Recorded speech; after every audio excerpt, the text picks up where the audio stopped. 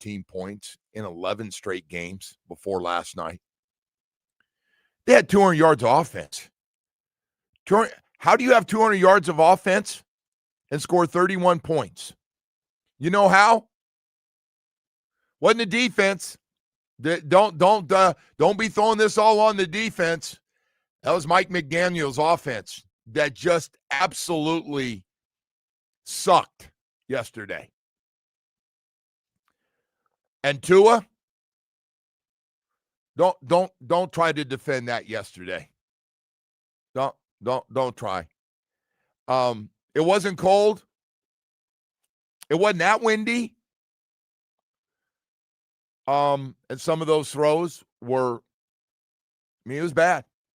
It was really bad. He's looking right now. We're getting towards almost halfway through this season, and he's got 11 touchdown passes and 11 turnovers, 10 picks and 1 fumble.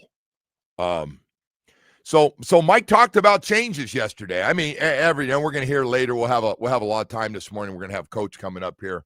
Coach Cristobal will join us here in a few minutes here to get into the whole thing and the disappointment there of that loss and having a chance even at the very end of the game to either tie it or win it. At least had a field goal in their back pocket and never get a chance to even kick it because of Carson Beck, another interception, 4 on the night, and just that can't happen. We can go down and the run game wasn't good and the penalties and some of them were questionable. But all that stuff, but it comes back. You can't, your quarterback can't throw pick sixes in the case of Tua to start second half. That was it. First play, second half, game over. Pick six, Tyson Campbell, American Heritage Plantation, had a great game. First guy, congratulations, first guy I've seen since Achan's been here that ran him down. Flat out ran him down as a former track guy and part of that great relay team at American Heritage Plantation. With all those great guys, including Patrick Surtain Jr. But that was it. That was a ball game. There is no confidence. They didn't look well coached. I mean, anything you want to say, and they did look like they were trying to be the worst team in football yesterday. It looked that bad. Offensively, and I know we gave up a 46-yard run. And outside of that, the run defense was a lot better, but they did give up 46-yarder. So they don't get a haul pass and a little shady tackling outside on a couple of plays, but much better. But the offense, basically Tua threw 2 pick sixes. Threw 2. One went down to inside the 5. And the other one was, as we just said, it just. So Mike said, hey, man, I'm going to go back and watch the tape, and I'm going to make some changes. And I was thinking, well, if we're going by what you're seeing, then that means Tua's probably not going to play in this game. I mean, right? So that's not going to happen. I don't know what he's going to do. Larry Borum, right tackle. Is that what we're going to do? We're going to put Kendall Lamb in for Larry Borum. Is that a move that might have? I don't know. You got 53 guys on the team. So when a coach halfway through with everybody banged up and not knowing from week to week, how many changes can you actually make where somebody goes, whoa? At this point, keep playing the young guys. Got to keep playing them. We you want them to grow and get better and get some confidence. And usually year 2, after getting some playing time in year 1, you play a lot better in year 2. So I'm with it. Some of the guys played better on the defensive line yesterday, had some good plays, including our first-round pick. But that was bad. And that's Mike's offense. What has happened? And again, Jalen Waddle. So here's the other thing. And I know they're a lot smarter than I am. I do. I know they're all a lot smarter.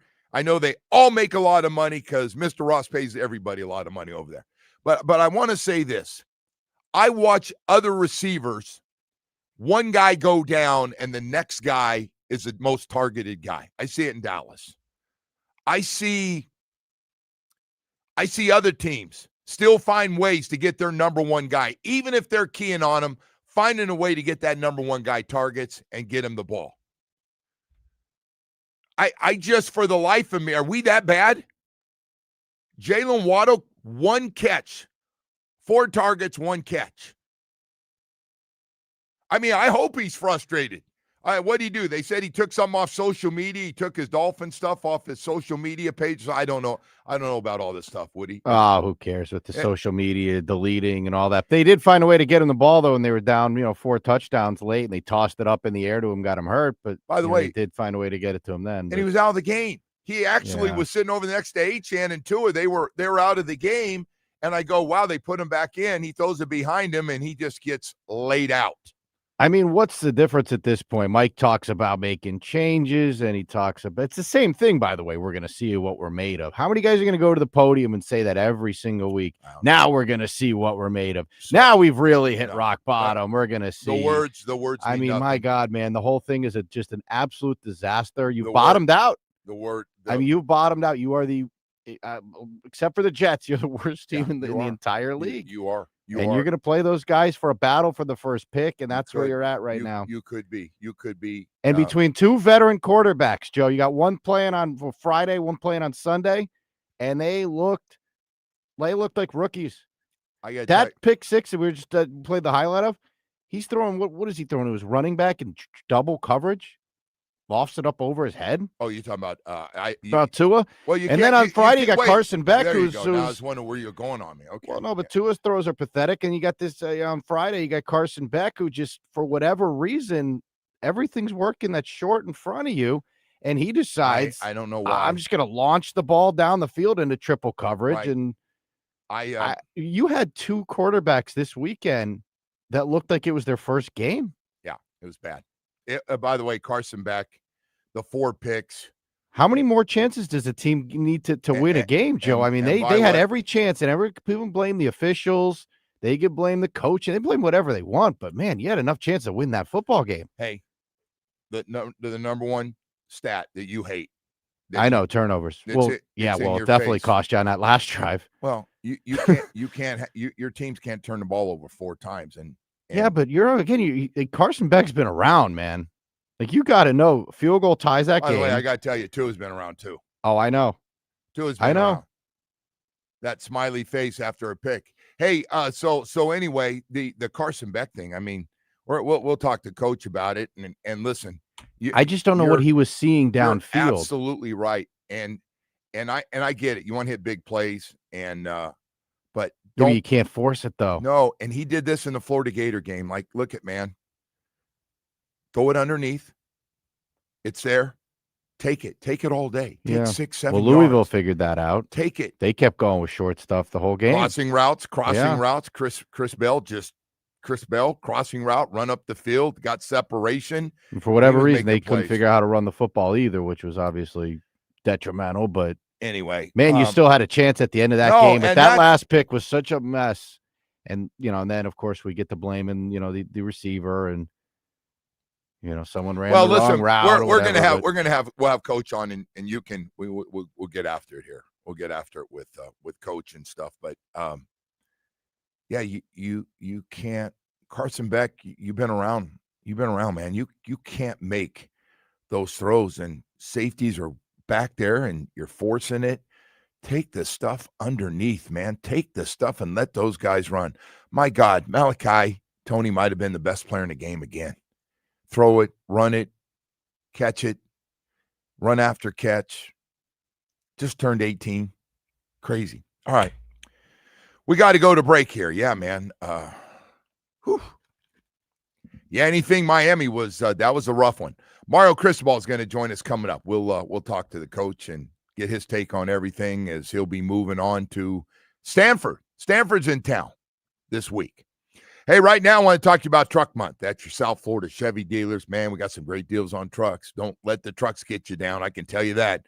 Don't worry about a durable South Florida Chevy dealer truck, man. I'm telling you right now, they are sweet, and we got great deals on them. Durable Colorado with its standard Turbo Max engine and impressive torque.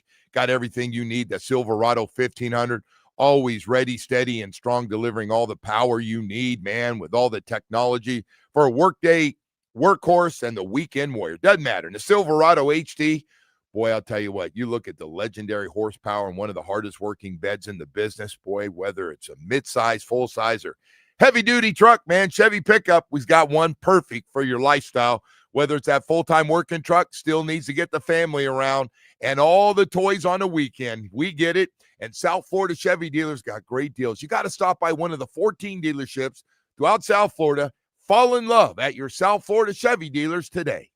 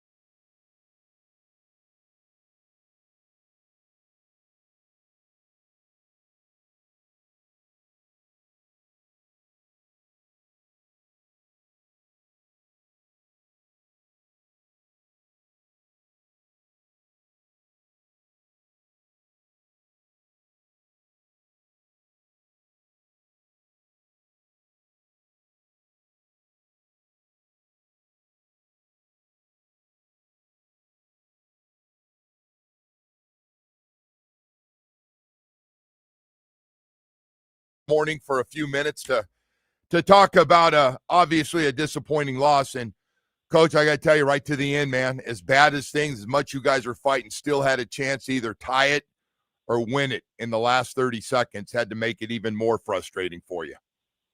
Yeah, good morning, Joe. Certainly not what we wanted, not what we worked for, but again, you get what you earn. We didn't earn it that night, and back to work, man. Hey, Coach, the Carson Beck thing, and you and I talk, and everybody else in football at every level understands the number one stat out there is you can't turn the ball over. And I got to ask you about Carson Beck, his 4 picks, and I know the last one. We'll talk about it, but did they confuse him? I mean, safety, did he not see safeties deep? Did you feel like it just looks like stuff's open underneath? Just take it, man. Take the 6 or 7 yards. You don't have to hit the home runs. Was there something that he's not seeing? Coach, I mean, I think at the end of the day, we just got to execute better, and that's both on coaching and on players. And sometimes there's opportunities underneath, and sometimes you take a shot and it works. Yeah. Sometimes they good play, which on one of them they made a very good play, and other times we just need to execute better.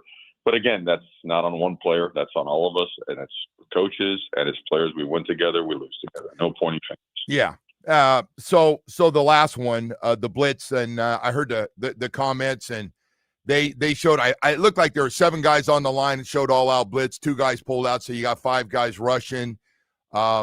Your tight end kind of turns. Was he supposed to break in or out on the blitz breakoff on that, Coach? You know what, Joe?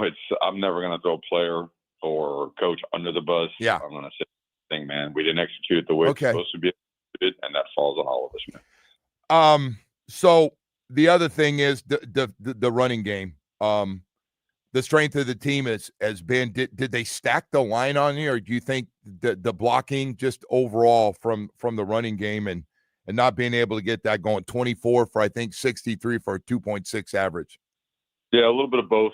Certainly we've got to enhance the way that we run the ball. We've got to do the things that we really do well up front and commit to it. And again, it just falls on all of us. So it's not what we want. It has not been our MO, our identity to not run the ball in an effective manner like we did on Friday. So we certainly got to do a better job. The call on, I had a lot of people call me, and Malachi Tony just had friggin' he's not acting like an 18-year-old, I can tell you that. He was just sensational, everything. Throwing it, catching it, coming around, catching after just was doing it all for you. What do you think of the fair catch? I know it really bothers some people that they blew the whistle on that it wasn't. Were you bothered by that? I'm not trying to get you in trouble with the officials. What do you think of that? I can see it both ways, Joe. I can see where he's not trying to signal, but I mean the officials they're told, man, if that hand comes above a certain level of the body, that they where it is. So I can see it both ways. Certainly you don't want it blown dead because you have a chance for a big play, but you move on. Your guys, they hung in there. Did they surprise you on anything? I mean, they played aggressive. The fake field goal right off the bat. They had it down there. Thought they're gonna try a short field goal. Did that surprise you at all? Were you guys caught a little bit by surprise on that one? Well, we practiced every fake field goal imaginable, and we need to have a better call there. It's called you can defend it, and we rep certain things and similar to that. But we have to provide our players with a better opportunity to have just a more successful play. You still can make it, but it's not total advantage Miami there. We got to do a better job as coaches. Line of scrimmage overall, they end up doing a pretty good job. I didn't know. I wasn't obviously they got a really good football team, a lot of great players on that Louisville team. Did they surprise you on how physical they were? No, we knew they had a good football team. We knew it was going to be a battle. We trained for that. We certainly invested a lot of time throughout the bye week and during game week as well. So none of that surprised us. We got on our heels early. I mean, that's obviously part of it. We found ourselves just playing catch up to a certain extent. But the reality of it is penalties and turnovers ended up being the difference in the game. And that's something that falls on all of us, both as players and coaches. And then on top of that, you got Stanford coming in town. I mean, there are a lot of surprises in college football every week. Stanford beats FSU. they've gotten the two teams out on the West Coast have gotten better, both Cal and Stanford. You've looked at that. Did that surprise you a little bit?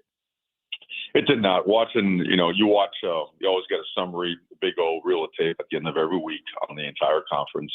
And you watch over the last several weeks, they have figured out exactly what they do, what they need to do personnel-wise and schematically. They got a lot of professionals on that staff that get it, and they're playing an excellent brand of physical and fast football. And yeah, they beat Florida State up there, and they did it with physicality and knocked out their quarterback and certainly did a lot of good things. So like anything else, man, in this conference, and they're playing conference ball, a lot of good football players, a lot of film out there. So buckle up and better be at your best. All right, so I got to go back to, I guess, my number one crush in this town, this Malachi Toney. He literally has just in the last month he was 17 years old to start the season. And the games, the bigger the games, the better he plays. I mean, he's played in all these nationally televised games. And, Coach, there's a lot of times he could be the best player on the field at an age of 18. Does he surprise you on anything from returning kicks to running the ball, blocking? He does it all for a guy that's 180 pounds. Yeah, and he's a little bit more than that, too. Now, I'm getting bigger, and his body's still growing. But his investment into preparation, into what he does every single day as it relates to the mental aspect as well, and really his mental intensity, his approach to the game allows him to have the type of confidence to play at a high level like that. Hey, Coach, how do you get this team to bounce back? So this, hey guys, let's get over this. The hangover's done. We got to win the rest of these games, and it's one at a time. Look at them. We got a damn good team here. You worry about that at all after that loss, the disappointment, or getting these guys to bounce back, or you feel good about it? No, I don't worry about that because at the end of the day, we have good people, really good competitors, and we cannot lose sight. This is the same team that started off 5-0 against a really tough schedule. Same people, the same players, and the same coaches. And you know what we learned? We learned the lesson of if you don't perform, if you don't coach at the highest level every single week, humility's right around the corner. And with all as poorly as we did things on Friday, we still had the ball at the 30-yard line with the ability to at least tie or win the game. So you go at it directly with honesty, with transparency, and you make sure that everybody gets back to work and make sure that we address the things that need to get better and push forward. There's no looking back. That thing is done. You got to go forward. You got a great team coming to town. Got to play ball. Do you have to talk to Carson Beck after a game like that? Everybody knows he's one of the top quarterbacks in the country, and he has that kind of game, and in a game you need, and we all look around and blame certain people. You have to make sure he gets over that quickly, or how do you treat that with your quarterback? I treat the same way we treat everybody. We talk to every player. We talk to our entire team. We meet, we address, we confront and demand of ourselves, all of us, and we move forward. And you don't sugarcoat it. You're just real. You know what you are? You're always the best mentor and coach that you could be to every single player and colleague on the entire staff. That doesn't change. We are not for us, it's always internally driven. Everything that we do is based on team and making sure we do it together. Coach, the Chris Bell, he's a big, strong receiver, and you guys knew that. Obviously, he's one of the top receivers, I think, in the country. He's a big, strong guy and probably going to play at the next level. Runs a lot of crossing routes. Did they surprise you with anything they did with him? No. We knew going in he was one of the better players in the country. I think when what stands out on film, Joe, are the details. Doubles on details. And as it relates to our spacing and coverage, our drops, our technique. We provided some opportunities, and they're really good, but we provided some opportunities that we haven't done in recent weeks, and that's something that we got to coach better. The spacing of our coverage, the way we spray that net, has been really good for us to force just tougher down the distance situations, and found ourselves just not doing that. So we got to coach it better. We got to execute it better. Yeah. Coach, as you get set now for this, do anything different? Or is it the same plan? You come back with the same thing, you talk, and you get right back to work with Stanford? Well, we certainly have a practice structure, a weekly structure, the hours that we put in, and that part of it, the physicality of practice, it's not the issue. The mental intensity to change the outcome is absolutely necessary. It's got to be cranked up even more, and making sure that we do address and assess everything that did not go well, like we do every single week.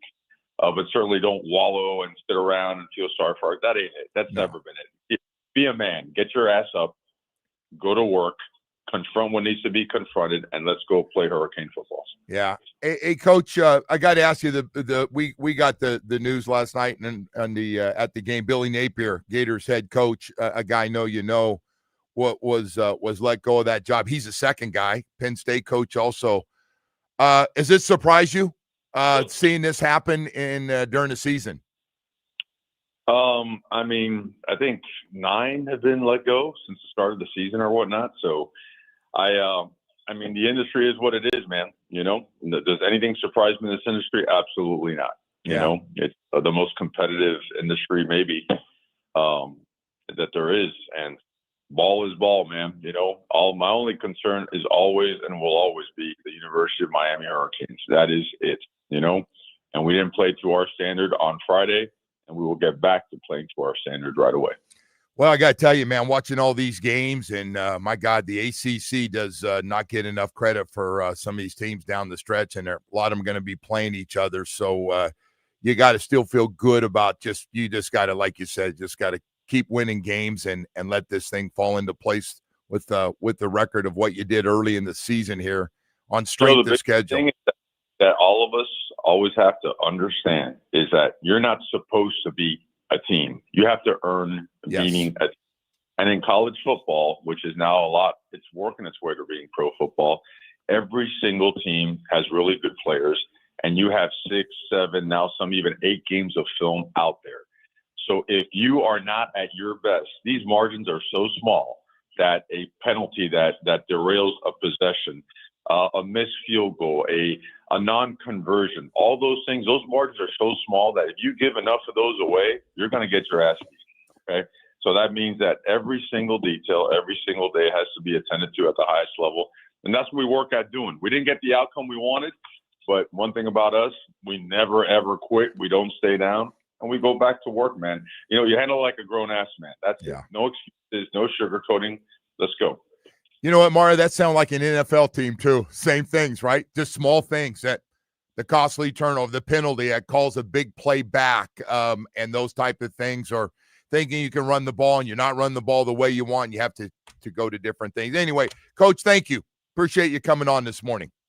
Thank you, Joe. All right. Mario Cristobal, Hurricanes head coach, joining us after a 24-21 loss and having a chance, man, right to the end. Right to the end. I hope you didn't turn the TV off there in the fourth quarter. They had a chance sitting there, on a 49-yard field goal, 30 seconds, a couple of timeouts left, and the fourth interception pops up, and that was it. So here we go. Stanford's in town. I can't believe they beat FSU. I was shocked. That one shocked me. The Florida State loss to Stanford. So anyway, they're coming out here. We'll have more stuff. We got more to get to. We got a lot on the Dolphins to get to from yesterday. Oh man, it's gonna be a little rough in here today, man. Hey, right now I want to tell you about Atlantic Men's Clinic. Nothing rough about it. ED, low T. How you doing right now out there? Honestly, you're dragging a little bit. You know you have low T. You've noticed recently you have ED, as in things aren't great in the bedroom, if you know what I'm saying. And if you want to get rid of it, every guy's going to go through it. Some guys in their 40s, some guys in their 50s, some guys in their 60s. Hey, it doesn't discriminate. It happens to every guy sooner or later. And when it does, you got Atlantic Men's Clinic, and they're going to give you great results. I know firsthand because I had full-blown ED and low T here about 1.5 years ago. And best thing I ever did, set up that first appointment with Atlantic Men's Clinic, got the testing done, the PSA test, had all that done, met with their professionals. They put me on a program. And I got to tell you, because everybody asks me, Joe, how long before it kicks in? I'm interested, but how long? It's pretty fast. It's pretty darn fast. Now, they have 7 locations.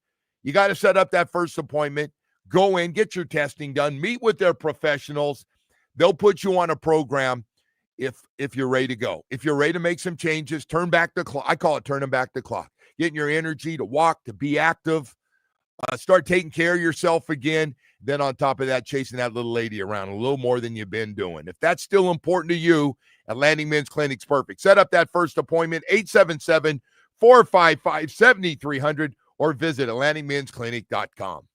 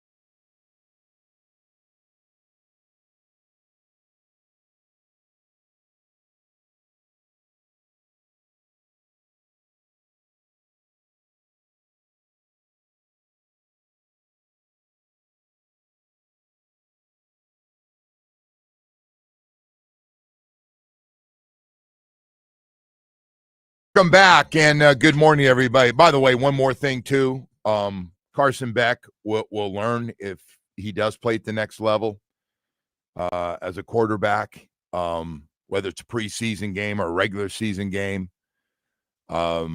Just take the high road on who made a mistake at the end of the game. End of the day, you threw the pick. Just take it. You're making a lot of money. You're a quarterback. That's part of the deal. Set up a long time ago. That's just the way it is. Don't throw a tight end, and you guys can talk about it, and everybody will get their butts chewed later and all that stuff. But you know, again, you just sit here in South Florida. You saw what Tua just went through. You had to see it, and you get up there, and I'm guessing nobody wants to hear that. Nobody wants to hear that. I'm dying to see how he bounces back because, look, we can talk about penalties, and I know it's team stuff, and we can talk about running game, but you just you can't force the ball deep. You're not 3 or 4 starts in this game. It's forcing it deep. Safety sitting back there in center field. Dump it off. There's guys always open underneath. Don't be a pig. There's a lot of teams right now in the NFL, man. There's a lot of teams playing the Miami Dolphins. They got problems in different areas of their offensive line. They're doing nothing but throwing short passes, running short passes. If they get a shot and something opens up because people are cheating up, they'll do it. But it's okay, man. You can make a nice living just dumping the ball underneath, throwing short passes to your back out of the backfield, curling up to your tight ends. Tight ends are catching a lot of footballs right now. Just throw some short stuff. Don't force that deep stuff unless you see a safety in the middle of the field and he can't get over, but you got to read that. You got to read that. You can't make some of those throws. And I've just noticed when he gets in trouble, I know the last one was miscommunication on a blitz breakoff and how to run the blitz breakoff. And I'm not sure if he knew how many guys were blitzing him or how many guys had backed out on the play, if you go back and look at it. But anyway, that's just one thing. And we'll see how they bounce back. I thought one thing, Mara, I agree with, man. It's college football is the NFL. And a lot of these games are a lot closer now, and it comes down to little things. And then the one little thing it always comes down to, no matter how much the game changes, is turnovers. You can't give extra possessions to another team, including even if you would have had 3, you still had a chance to win or tie that game and get it to overtime at the end. That's the most bizarre part, isn't it? That as bad as that game was, they still had that chance at the end. Yeah. And I don't fault them for trying to keep moving the football. No. Like, you want to try to score there and you get the touchdown. But he's got to be, you're trusting that guy. Yeah, a guy with that level of experience got to make a better I'm trusting play that there. guy to go, hey, listen, guys, we got timeouts. They had timeouts, right? I see they had 2 timeouts left. Is that what it was? They did have so, hey, 1 or 2, yeah. You know what that means? Hey, look you don't have to get out of bounds. If there's a play we like and you're wide open inside, I'm going to get it to you. I'm not saying down the middle of the field for 30 yards or something, but hey, we get something inside, run and get what you can, and we'll use a timeout. If it's good play, hey, we get the field goal closer, or who knows, you break a tackle, Malachi breaks a tackle or something, and we're dancing down there around the 10 or 15-yard line with a chance to win it. But it's just crazy because we talked so much of the pregame. Miami's got more talent than any of the teams are going to play the rest of the way. We talked about it that morning. And we said the only thing they could do is go out there and beat themselves. And that's exactly what they did. They've lost that game for 20 years. Yep. And you and I both thought it was going to be different this time around. I didn't think it was going to be a blowout like you did. You got going on the blowout thing last week. Well, it wasn't just me, man. It was a 2-touchdown spread. Like I thought the Canes were going to go out there and take care of business. Yes, I did. And I was wrong about that. You also told me the Dolphins were going to beat the Browns. So, well, we're talking about you. If you want to throw me No. But you just, hey, tough guy. You're always throwing it. You have to throw it back. I'll take that one. I'll take it. But I did think they were going to. I did think 14. That they were going to play a much better game. They were coming off a bye. Like I just thought that they were going to physically be able to dominate that game, and they just didn't. By the way, you won't have to worry about me picking the Dolphins and win another game either. Just that was. No, you don't think you're going to beat Atlanta? 31-6 loss yesterday to that Browns team that had 200 yards of offense. was just. Where does that one rank in the all-time? Bo said, what did Bo say after the game? His comment that kept going around there, that was the worst quarterback play he's ever seen from the Dolphins. Was something like that. Yeah. Bo was fired. He should be. At least Tua, I think, has something in common with Marino now. I think Marino had back-to-back 3-pick games or something in like 30 years ago or 40 years ago or something. So that's the only thing he's got in common now, I guess, with him. They truly have nothing in common. Nothing at all. He didn't bring his name up. No. That was, I don't know where that came from. Sorry. I just saw someone tweeted that stat out, but yeah. No. I hit you with that. You could be the biggest Tua fan in the world. 12 of 23, 100 yards, 3 picks, 1 pick six, really 2 pick sixes because you set it up on a short field on the second one. He's pathetic. Mike looks, by the way, I don't know how much of this you saw, but Mike looks rough. I didn't get they do those interviews and stuff, and he's just. What can he say at this point? Nothing. There's nothing more. I wonder, because I know the owner is in there. Like, well, what do you say to the owner for the sixth time? You look at him, you guys look at each other, and you go, "Wow, that was as bad a loss." Matter of fact, probably worse because the Colts actually have a good team now, but they that was really bad. And I just looked, and they literally told that rookie quarterback, "Just don't make mistakes. Roll out." They put in the shortest passing game in the history of the NFL. Just throw it short, get the ball. We'll run the ball enough, and we'll take care of business. They won on special teams and offensively. Listen, their defense, the defense for the Browns won that game.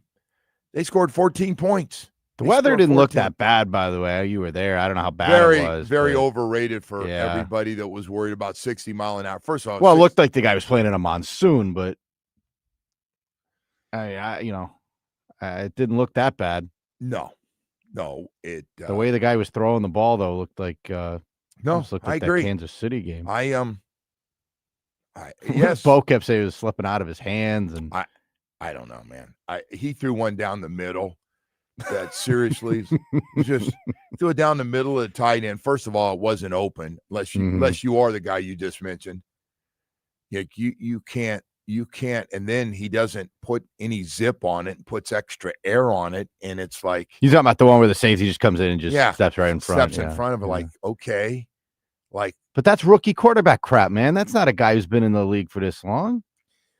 Hell, the rookie outplayed him.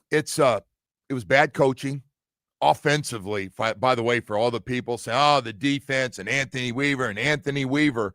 Well, I'll tell you what, before you guys get on all those players today, you guys ought to have a meeting on that offensive coaching staff with all those guys that have coordinator behind their name. There's 3 or 4 of them, and you guys ought to meet together before anybody else. Have a cup of coffee and sit around there and come up with a way to get more out of that offense, because that was awful.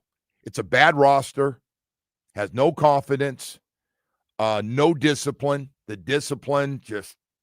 So what do you do? It's week 8.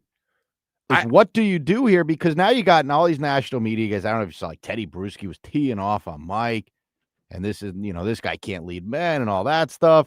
You got people barbecuing the quarterback. Like, what do you do? And now, like I don't know if you saw Barry's thing. Barry's going after the owner. Like, I just don't know what to do anymore. Well, this point, the first thing was last night. I just go back to last night was I thought for the first time, if something's going to happen, it's going to happen after this game, because what does that accomplish, though? And, firing, like, let's say they announce Mike is fired today. What does that accomplish? Just blood, just for the sake of blood, like. Well, you know how everybody says cut a player, like, hey, if guys are making mistakes, just cut one of those guys. Just what's it? Look at Florida and Penn State got rid of their coaches. What's that going to do? You think things are going to change? No, I just think college football Penn fans State, are just. They lost again without them. I know, but college football fans are just. That's what they do, right? Well, you got a big group of guys in a room that have a bunch of money. So you got one owner that's got a lot of money. We don't win. And so we got one owner that's got money and all that bunch of guys. Yeah.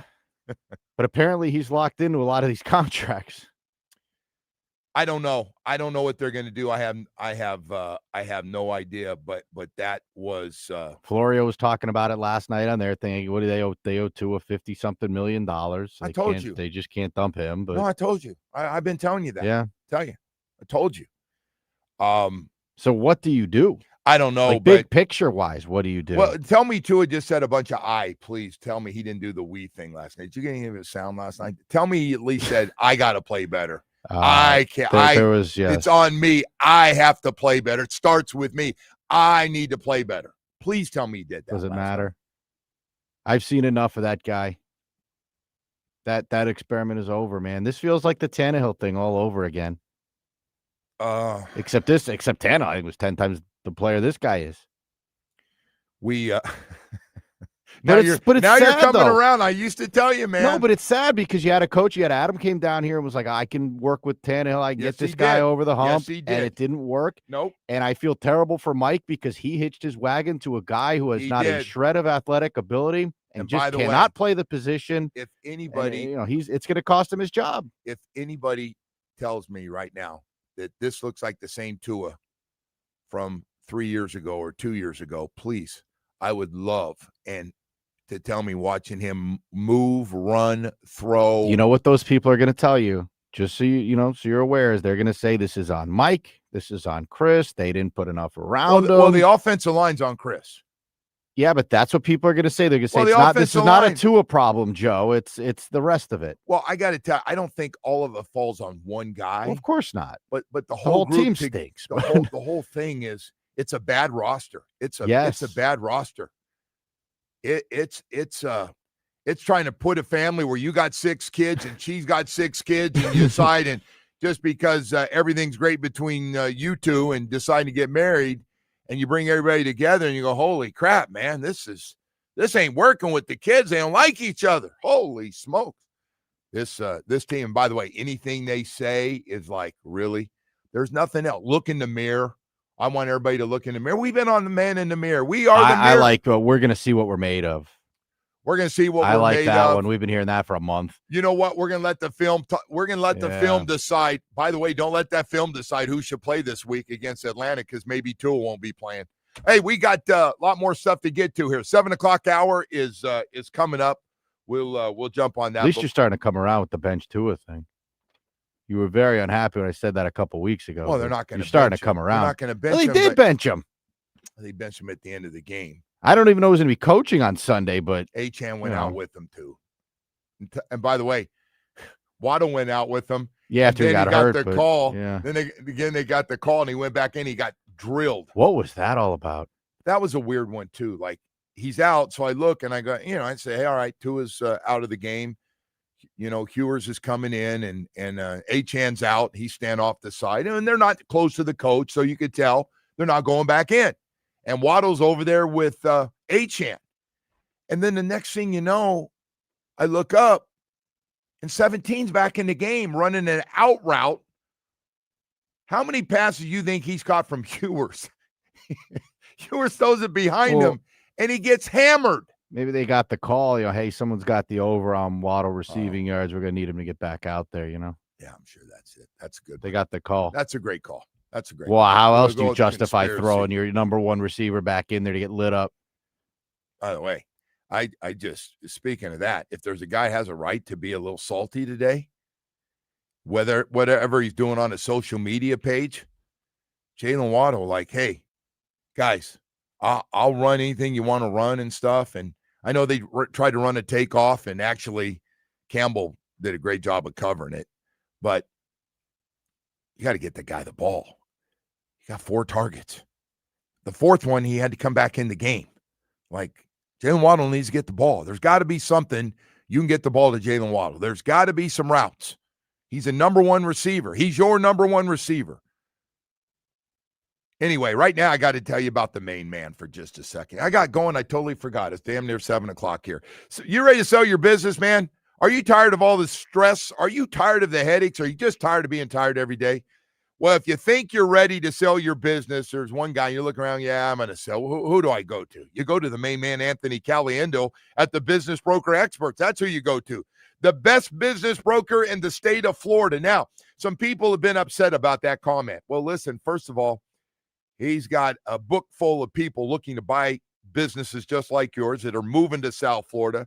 He can package them and help you sell it. He does it from start to finish. He doesn't just list your businesses. He's going to package it to sell, making him the number one guy.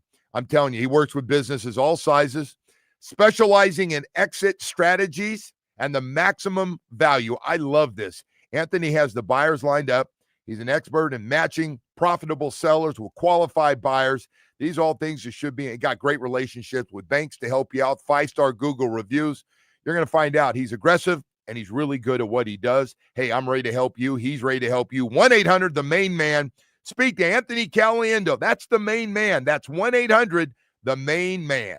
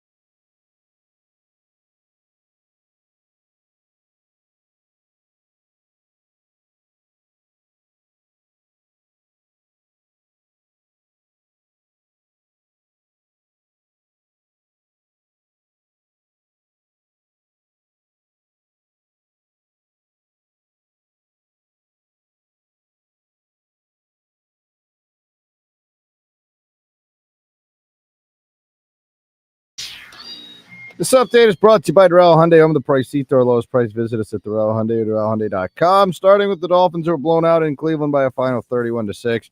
Tua was pulled in the fourth after a third interception. Miami is now 1-6 on the season. The Dolphins will head to Atlanta in Week 8. Week 7 comes to a close tonight with a Monday night doubleheader. First at 7, the Bucs will host the Lions, and then at 10, the Seahawks will welcome in the Texans. Over to the Canes, who checked in at 9 in the AP poll after falling to Louisville. Miami will look to bounce back when they host Stanford on Saturday night. And in baseball, the Blue Jays beat the Mariners 6-2, forcing a Game 7 tonight. The Joe Rowe Show continues now. I got to do a better job of saying that clearly, because it, in game, we have to find our composure. But realistically, you do hard truths in this league. You are always held accountable for your ultimate performance, and you coach through tape. So I have had nor will have no problem, telling the truth of the tape, and you have to either you accept it and rise to the challenge and correct those things, or you're subject to the same exact types of failures that I know that the guys are tired of. They wanted to win. Okay, they did, and they didn't do it. And it's all of us. So I don't think anybody's spared from accountability. I think we all need to look at the mirror, or in the mirror, and the main thing is teams that go through hardships, you double down on those hardships if you don't stick together. So we have to do better collectively, and I'm looking for guys to lean into the team and not try to displace, not try to feel like, okay, I did all right, it wasn't my fault. No, that's not how it works. We all have to stay together, and we all have to be focused if we want it to improve. All right, that was Mike McDaniel, 1-6, and one of the most brutal losses I can remember from a Miami Dolphin team, considering who they were playing, who's got every bit as many problems as we have up there. And you would have never known it. By the way, basically did not even need to use their wide receivers in that game. They don't have any real good wide receivers. Got a nice young tight end, rookie tight end. Got a couple of nice rookie running backs, including one that went 46 yards for a touchdown. But they only had 200 yards of offense, man. 200 yards of offense. But if you turn the ball over 4 times, team had 11 penalties, a lot of them on defense, kept drives going. 1 for 13 on third down. 1 for 13 on third down. It is you're going to earn your money. Now, you're going to have some guys still stand up and say all the right things, and we got to hang together. We can still turn this around. Good luck trying to turn that thing around after the way you played against one of the worst teams in football, in that bottom 5, because we're below them, obviously, because they beat us so badly we couldn't score a touchdown against the Browns. I know their defense good, don't get me wrong. I get it, but man, we were extra bad yesterday on offense. There was no threat. That pick 6 to start that third quarter, that game was over. Campbell took that to the house, and that was like, okay, ball game. They'd run it, don't matter where they were. They just pooch punt it down to the other end and go, ha-ha, Dolphin offense can't go anywhere. By that point, Darren Waller was out of the game, injured. And I don't know what somebody, you got to explain to me, though. And again, I don't figure out ways to get number 1 receivers the ball. 1 catch? On behalf of Jalen Waddle, he's my son. I'm pissed off. What are we doing? Hell, maybe the trade rumors, maybe there's some to him. Maybe we're saving him. And then we take him out of the game and we put him back in after he was standing off the side with Achane. And Tua had just gone out. And I get it. You're like, ain't winning the game. Last thing I want to do is get those guys hurt down by 4 scores or 3 scores at the end of the game.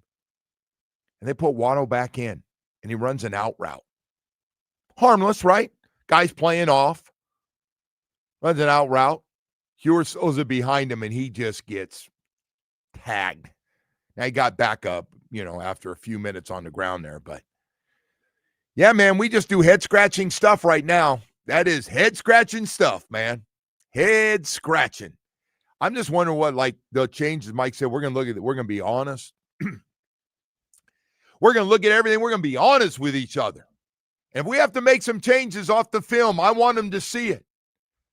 What changes are you going to make on this roster? Seems a little too late for that, huh? Yeah, what changes can you make? You got 53 guys. And you got guys banged up. You got some guys that, what can you really change this late in the game? Would you start trading pieces away now? By the way, that is a really good question. It's tied to the GM and tied to the owner going forward. How much are you going to let your GM do?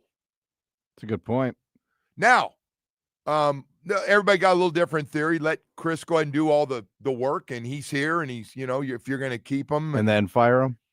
I don't know what they're going to do. I don't know, but he shouldn't get a hall pass either. Just because he had nothing to do with that game, he did, because he's the one that put that roster together. Unless Mike's doing that now, too. What? Well, then if he is, then why the hell do we need a GM? I mean, this is as bad a roster as the 1-win season, right? I don't know who else they're going to beat, Joe. By the way, 1-15 was rough. And this isn't? No, but that lost by 4 touchdowns to the Browns. That 1-15 should have been 0-16. Ravens are down there on the 1 against one of the worst run defenses in football and decide to. The Dolphins will maybe win one more game. I don't know. Right now, they'll probably screw around and beat the Jets, but outside of the Jets, what'd they do? Bench Justin Fields. Oh, they were a mess. But we can't be looking around because we got a mess of our own. And this is not just having a good meeting and a good practice and all of a sudden we feel better about ourselves. It's just not. It's not 3 captains standing up in front of the team and giving like one of the greatest speeches they've ever given. But that's the thing, man. I'm so we did this last week and the leadership and captains and all this other crap. Players only meeting. The whole thing needs to reset, man. I think we're done with the players only meetings. I think they burned that out. I think there's only a certain amount you could do. It's just the whole thing is just toxic. I'm joking. They really do need to blow that entire thing out and change the whole makeup and culture of that franchise. It is toxic and it needs an overhaul. A major over, not a reset. That's what Chris called it, right? A reset. They need a full cleaning, man. A full cleaning, top to bottom. I'll tell you though, no more talk about leadership and culture and meetings and all this other crap. It's nauseating. I don't know, as the owner of this team, who goes to every game, goes down to the locker room after every game. What do you say? Well, how involved is he though? Because Barry's calling him, an absentee owner and all this. How involved is he, Joe? I don't know through the week. I don't know. Or does he just not care? Does he not realize he's getting fed bad information? Oh, no. What's the disconnect here? No. Both saw him yesterday. Said he was pissed off. He went in there yesterday. But what do you say? He goes in the locker room. He looks at the coach. The coach looks at him. How many times? What are you going to tell me today? We're going to get back to work. We're going to get this thing figured out. And you're going, So now we're going from the Browns, and the schedule doesn't get exactly easier from here. This was supposed to be the W, and not only did we lose, we got embarrassed. We didn't score a touchdown offensively. We barely had 200 yards of offense, and it wasn't even cold. It wasn't even cold out there. It was nice. Hell, it didn't even rain that much in the second half. All right. Whew, man. Every time they show the highlights of this guy throwing those passes, just makes you want to puke. Tua. I would love to know that thing down the middle he threw. He was throwing it to Tanner Connor, actually. And first of all, it should have never been thrown. Second of all, honestly, the only guy that should ever try that throw is, I can't say his name. Can't do it. Anyway, they were sitting back there, man. He got outplayed by the other guy. No one even knew if he could play. Remember, they're trying to figure out who should be the backup over there, and I don't know though. And then what's the deal with the whole? You think the Browns left yesterday going, "That's our quarterback"? I don't know what the Browns are thinking. He had 200 yards of offense and 31 points. What's with elevating Ewers over Zach Wilson? What's going on with that whole deal? By the way, he played better in practice, which, by the way, people are, people are going to get on him for that because they're like, well, we saw camp and we thought he was better. Okay, but wasn't the whole point that like you did all this evaluation? You go, because the year before, right, the backup quarterback thing was a disaster. So you signed Zach Wilson, you brought him in to be your backup quarterback, and now what? Can I tell you? You can't fix him. That's not a fixable thing. It doesn't matter who we're putting in there at quarterback right now. It really doesn't. I don't think Tua's going to be the starting quarterback, but I got to be honest, it doesn't matter. Is he though? He's a starting quarterback at this point. I told you a month ago, but at this point, I would start Ewers the rest of the way, and I'd have Zach Wilson as my backup. I would just say Tua's injured, make up an injury, whatever it is you need to do to satisfy the Tua fans. All right, but there's just no what do you gain from playing him at this point? Well, they're still trying to win games, and they think he gave them the best chance to win, is what they're going to say. I don't even know if he does. Come on, Woody. Joe, the play can't get much worse. Woody. He was the worst quarterback going outside of maybe Justin Fields. Woody, he's the worst quarterback in football. He was terrible yesterday, but did you see the other guy come in? Yeah, he had a bad pass on his first one. Yeah. Okay. All right. Hey, listen, let's go to break here while you're coming up with who should start at quarterback. My point is that it can't get a whole heck of a lot worse. No, 11 touchdowns and 11 turnovers is not going exactly. Back to the Bo quote. What is the Bo quote? Give it to me before I go to break. Go ahead. Said it was the worst game he's ever seen from a quarterback in the NFL. It's about time Bo gets out there. Get him. Plays? You want Bo to start? No. I want to hear get Bo all fired up.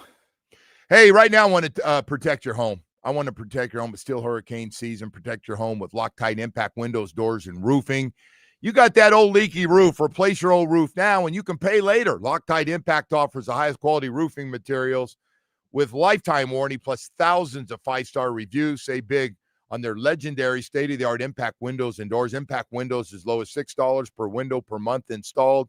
If you're starting to look around now, and you got a lot of choices, but you only got one Loctite Impact windows, doors, and roofing, and I'm telling you right now, they're ready to take good care of you.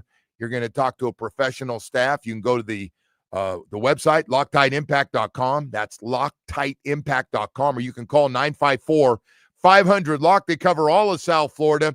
Talk to their professional staff. We'll answer the phone, answer all your questions, get you all set up, get the process started.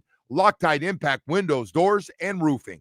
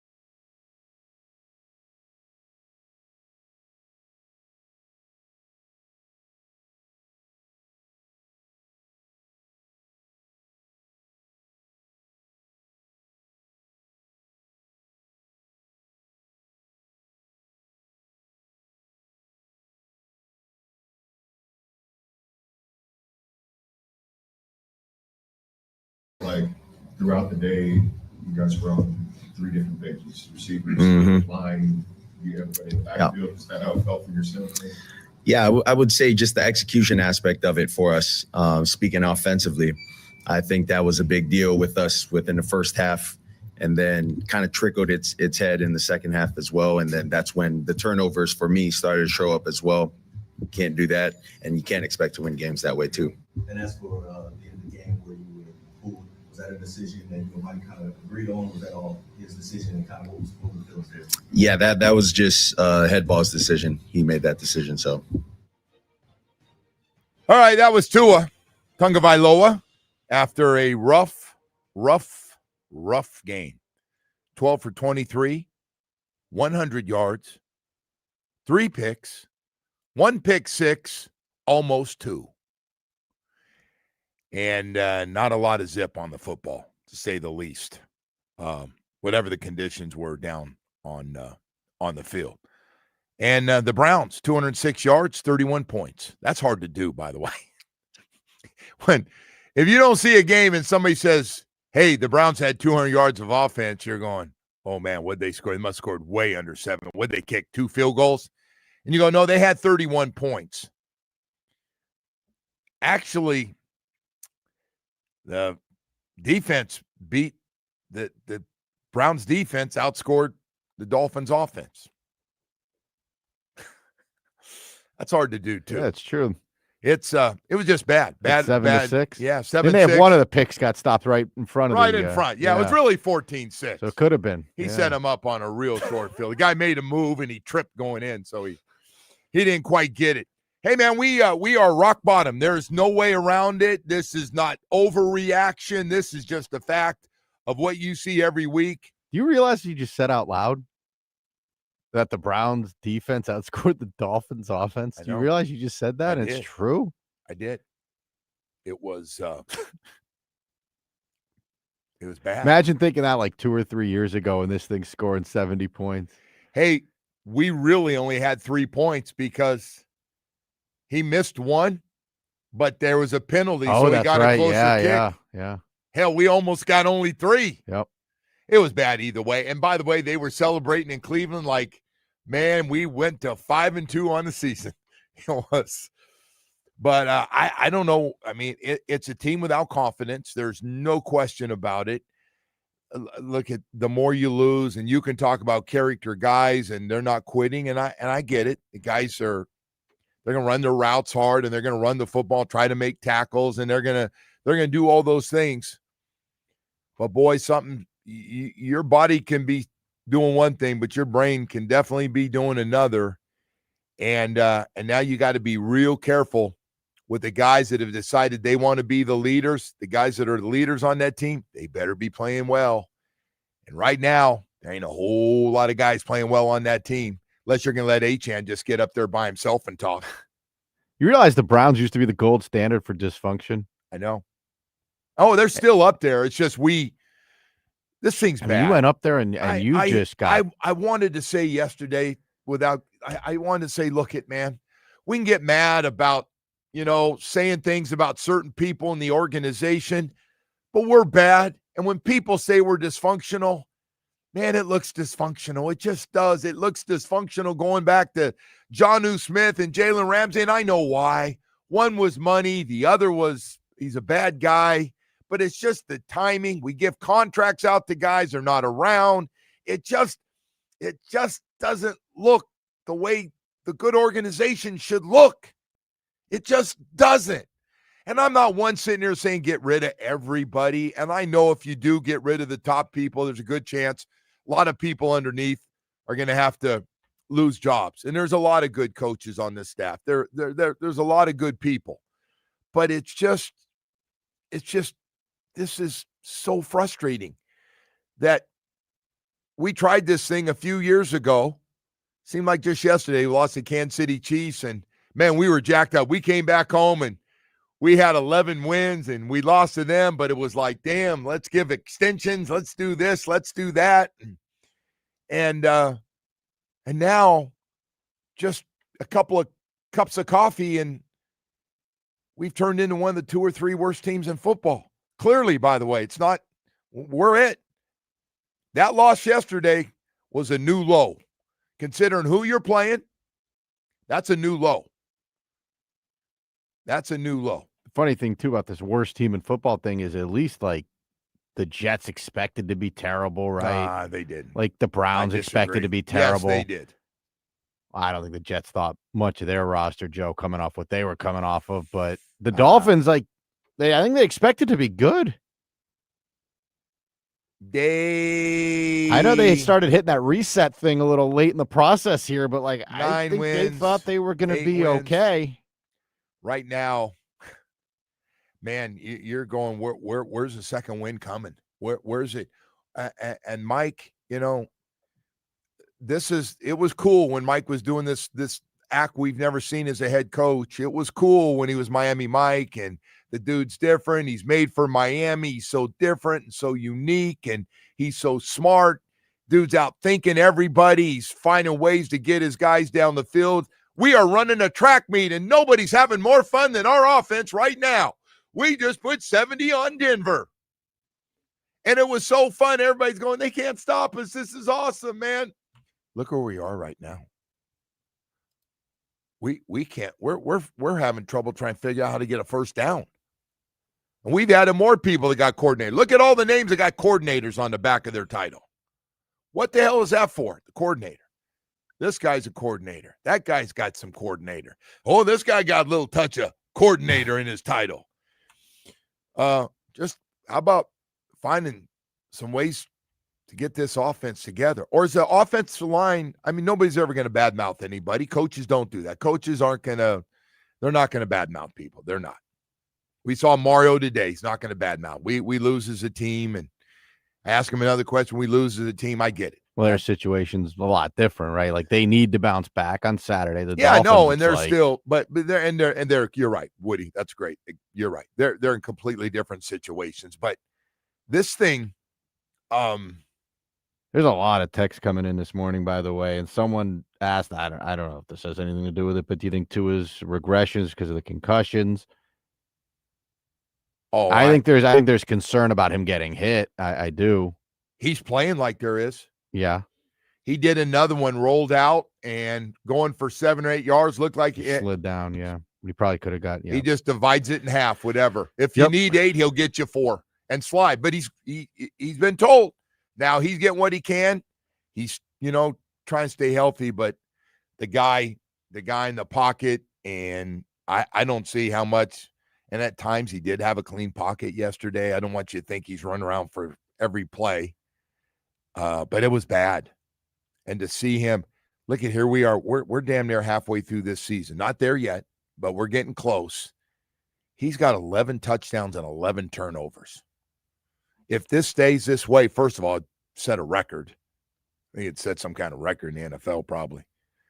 But it's I'm with everyone, by the way, that everybody needs to go, but I just at this moment in time, if they announce today that Mike is fired, what does that accomplish besides making people happy? I think people would like to see if somebody else is in there, or just if the whole thing would change a little bit. That people really think, I don't believe that, do you? No, yes. So there's a belief that Mike's letting people just run all over him, and that's never going to leave because of that late thing that he did last year. That's not me. Yeah, but I don't think that's going to just. By the way, that's not me, Dolphins.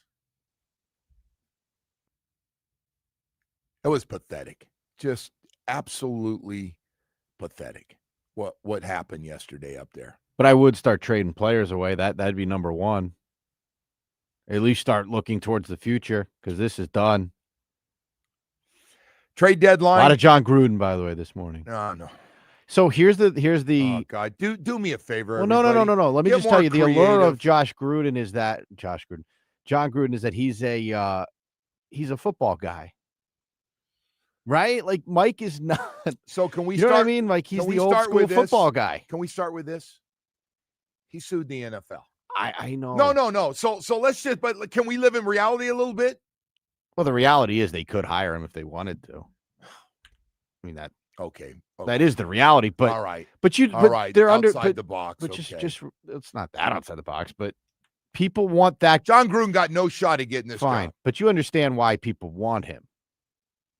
He's the opposite of Mike. Did you see how it ended in the Raiders for him? He was terrible. I know, but I'm just telling you, he's the opposite of Mike. You know that. You've been around, John. The opposite of Mike is what we had before. Which one? You know who? Gase, Philbin, Brian Flores. They've all been different. They've hired every different type of coach you could possibly hire. Old, young, mean, not mean, friendly. Nice. They've hired every personality possible. I mean, I would love to sit in a meeting with Mike, who's trying to keep his job and trying to keep the players. He knows he needs the players to stay motivated and not check out on him. So he can't all of a sudden, by the way, you can't all of a sudden. Well, that ship has sailed. You can't all of a sudden change the way you do things. Like you can't come in one day and try to be a hard ass. People are going to read right through it like, oh. You don't think that whole team's checked out? I think some guys have checked out. Yes. I think some guys, they may, now I'm not saying they're not out there and they're going to practice every day, but some guys, listen, if you haven't had success all season, and Mike's right about one thing, though, just so the players don't get a complete hall pass, you do need to look in the mirror and see how you're doing. It's still one-on-ones, and I know nobody wants to, I know it's a QB head coach and GM thing, and I'm with you on all that. But we also have to have some other dudes on this team. How are you playing? Like, everybody knows how they're playing. I knew, man, if I was playing 20 plays a game, 18 plays a game, 26 plays a game, I knew everyone. I knew exactly how we got graded out every week. I don't know if they still do that. We got a grade. Nobody wanted a bad grade. Never want to get that bad grade. Texter asked, could I ask you why Chris Greer was at the Oklahoma-South Carolina game scouting quarterbacks? Because that's what they're going to have them do. As long well, as they should save their money. Well, they got to go out. That just seems somebody like a waste of jet fuel. But you got to have somebody going out to. No, you don't. Not Chris. We can have his assistants. I just not Chris. He apparently doesn't have an eye for quarterbacks. By the way, how does everybody feel about the Justin Herbert Tua thing? I was going to wait on that, but why? You want to talk about a guy that's running for his life right now with that offensive line? I don't know what they lost. By 14 yesterday? Anyone could have had Daniel Jones. All right, I didn't hear you saying that about Daniel Jones when he's with the Giants. There, it's not my job to scout quarterbacks, bro. I know, but it's Chris Greer's job apparently. All right, I guess they sent them out. All right. Hey, I'll tell you what though, you're good. You play along. You're good on this. Daniel Jones now. Now we would have thought Daniel Jones was that. The Colts did. That's why they're good. It's good vision. We'll go around the league when we come back. There weren't a lot of people who thought Daniel Jones had it, man. By the way, if everybody's to be honest about Daniel Jones, nobody was giving Daniel Jones. They thought he was Giants Daniel Jones for life. Mm-hmm. And they were wrong. He's one of the rehab jobs, though. He is. Apparently, Tua's going to go somewhere else and be great. You see that happening? No. Okay. Hey, I'll tell you what I do see. I see Chapman Partnership. I want to talk about the folks at Chapman. I want to talk about something good today. Chapman Partnership is good. What they're doing, the work they're doing down in Dade County for the homeless. Now, before you get turned off and go, what, they grab them a bite to eat and then they send them back out on the streets and bothering me at the stoplight. No. It's about rehabilitation, man. It's so much more than a bed and a warm meal and a shower. No, man. They're changing lives daily there with the services that they offer, all the caring support, wraparound services at Chapman. Celebrating their 30th anniversary, man. Congratulations. 30 years of hope. For over 3 decades, Chapman has assisted over 145,000 individuals and families to overcome self-sufficiency, help them get back out on their feet. We got mental health doctors. We got regular doctors. We got dentists. We got babysitting services to help the families during the day so they can get jobs and find a place to live. That's the goal, 3 to 4 months. And we got so many cool, great stories of families getting back together and finding jobs and a place to live, and their families are back together. Man, it's worth it. It's not 100%, but I got to tell you, when you do it, man, it makes you feel good when you see families getting a second chance and getting out of the homeless population and back out as and really rolling along. Hey, join me here, WQM, to show support. One of my favorite charities, really making a difference in our community. Any level of support, with this 50 years they've been rolling, or 30 years they've been rolling, I want to let you know that any dime you give or any dollar makes a big difference. Thank you so much. Go to chapmanpartnership.org. That's chapmanpartnership.org.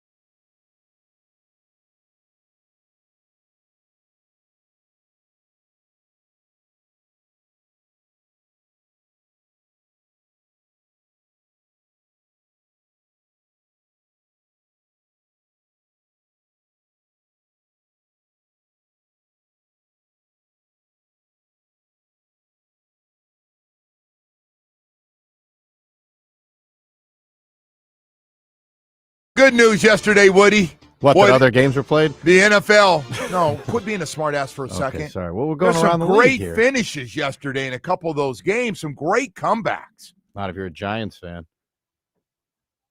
I know, but boy, did they get their guts ripped out yesterday. That's got to be tough.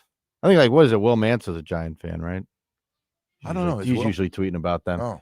Yeah, that's rough, man. Anyway, let's start it. Keep me up on Twitter. The good news is that London got another crap game. The Rams beat the Jaguars 35-7, so that was good to see. By the way, the Rams went over there like the day of the friggin' game or something. They played great. Everybody's going to be going over there last second now. All right, the Patriots in their little revenge game there for their coach beat up on the Titans 31-13. Drake May had a Josh Allen concussion in that game. Did you see that? I heard about it. Everybody was laughing. They were calling it the Josh Allen one. Is that how they called it? You get one down here, you're out at least a week. Chiefs beat the Raiders 31-0. The Eagles, they're 5-2. Moved right past that one. You notice that 28-22 over the Vikings there. Yeah. The Jets, they didn't score a touchdown either, Joe. 13-6. They lost at home. I don't know what the date of that game is. That's going to be one hell of a game. Yeah, the loser bowl. Loser bowl was yesterday. We were the only two one-win teams playing each other, and we got hammered. Loser bowls every Sunday the Dolphins play. The Colts, the losers there, 6-1. They could be undefeated. 38-24. They put it on the Chargers yesterday in L.A. Playing crazy good. Cowboys, back to kind of 500. They got a tie in there, but they beat the Commanders 44-22. Jaden Daniels got hurt in that game. See how bad that hamstring is. Hamstring's a tough one. Packers, they did hold on to beat the Cardinals 27-23. This was a wild game, too. Boy, that was something else. I saw that one on the plane. Saw that one at Denver one. Denver game was, like you said, was crazy. Yeah, that ended up 33-32 in that one. The Broncos scored 33 points in the fourth quarter. That's crazy. That was unbelievable. And it's almost a shame, right? Because the Giants' story was starting to get good, man. Jackson Dart and that running back Scattaboo they got over there. Everyone hey, by the way, saying his name. The Giants got a little gift on that pass interference in the end zone to get down there. They got a couple nice calls. 49ers beat the Falcons 20-10. Don't worry, man. Falcons. You got to get right coming up here. Boy, that was crazy. I thought they'd win. San Francisco keeps finding ways to win. They got all those guys hurt, and they're still. Some of them are back now. Be fair. All the Falcons got to do is get off the bus on Sunday, and they'll be in good shape. That's all. What is 7-0 when they get off the bus? Hey, we're stretching. It's 14-0. Just make it to the game. Anyway, we got 2 tonight, Joe. What do you have tonight? We got an early one that you might have a chance at staying up for. Lions hosting the Bucks. Oh, that's a good game. Detroit favored by 6.5. Yeah. Thoughts? This is where you give your picks. No, I'm guessing you did crappy on Sunday. I'm not doing it because I don't know who's hurt and who's not. I'm finding out. And so you're going to pass? I'm going to pass. I know. Wow, you're beaten up. Seahawks and Texans, 10 o'clock from Seattle. Seattle favored by 3.5. Yeah, Seahawks. That one you're willing to pick? Yeah. All right. Atlanta favored by 7.5, by the way, next week. I would start betting right now if I were you and anyone else. Dolphins are going to lose by 100. Not going to lose by 100, but they're going to. You get what I'm saying. Yeah. It's bad. By the way, I didn't think we'd be such a story today, and we're all over the place. Everyone likes a train wreck, bro. They do. You know that. It's not, you think you want the good, feel-good Denver Broncos story and the Colts story. Nope. The Dolphins are a bad reality show. No. The train wreck of the Dolphins is a really good one. And the Tua story, and last week, Tua's the story for his comments. And this week, it was just really crappy play. 12 of 23, 100 yards. That's hard to do. They're like watching one of those shows that I was telling you about the other day that my wife watched, where the women all scream at each other. He was, 2 yards away from having something that doesn't happen very often. 2 pick sixes. We had bad quarterback play all weekend, man. Started Friday. You know, Carson Beck had 2 picks on the same drive. I didn't realize it. No. Yeah. By the way, because one got taken off for a roughing the passer, and then he Carson did it again. It's okay to take those short passes, man. If the safety's back there and you're not sure, don't get me wrong. If you see a one-on-one and you see the safety can't come over, you know how strong your arm is.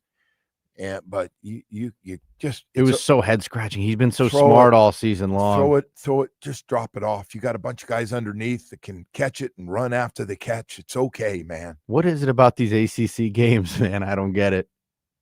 I don't know how it happens. You beat Notre Dame, you beat Florida. I got to tell you, I think the best team right now is Georgia Tech in the ACC. I still think Miami's the best team on paper. And they've gotten off to a slow start, and Georgia Tech comes back, and they've been down a couple times. They come back and win. But isn't Miami still the best team?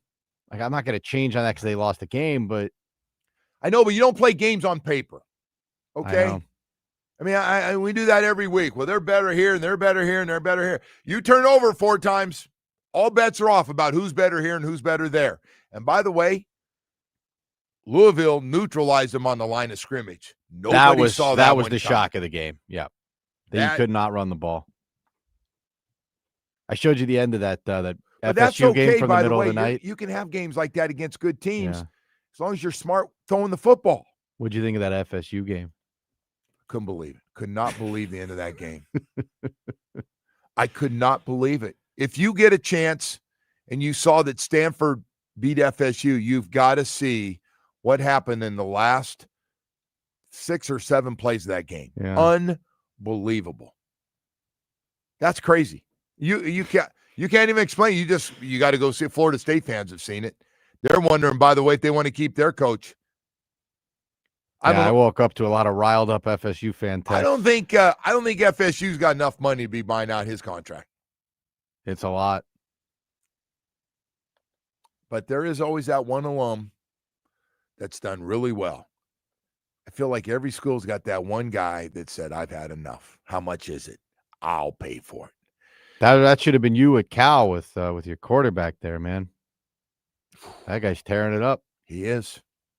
What a story. And you could have kept him if you would have paid. You and Aaron Rodgers. All right. Well, listen, we got 8 o'clock hour coming up here. We're going to have Omar Kelly.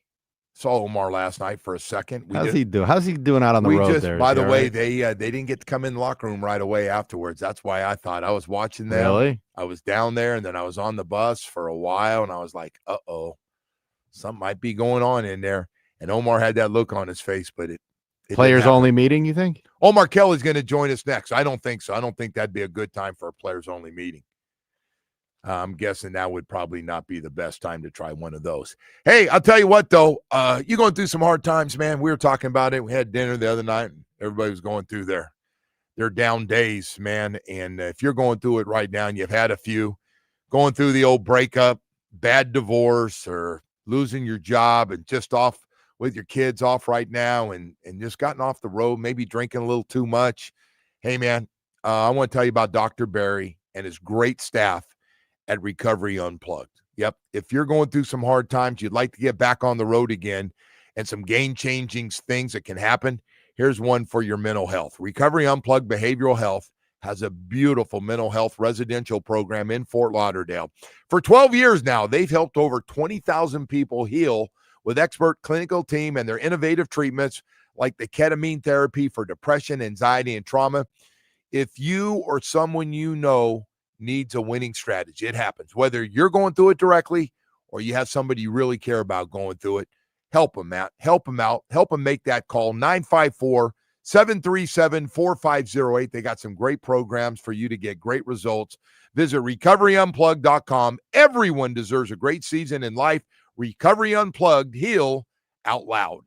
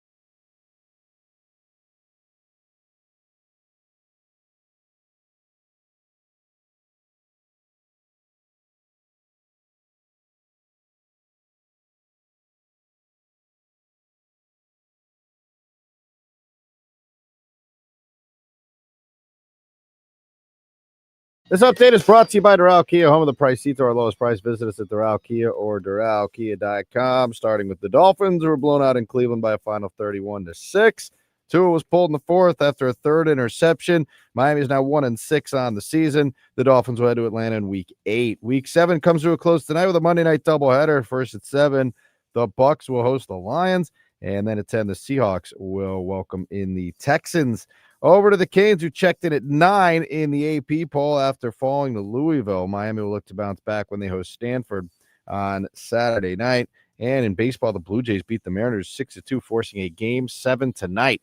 The Joe Rose Show continues now.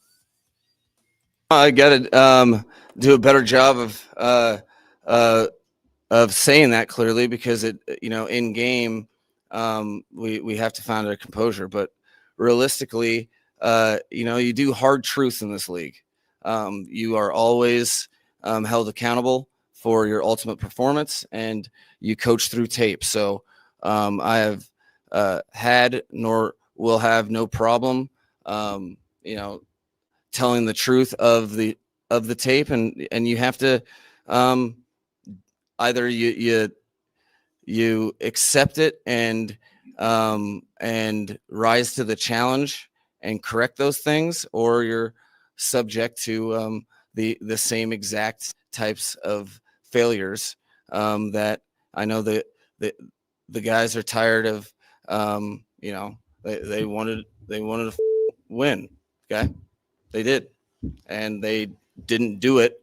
And it's all of us. So I don't think anybody's spared from accountability. I think we all need to look at the mirror, or in the mirror, and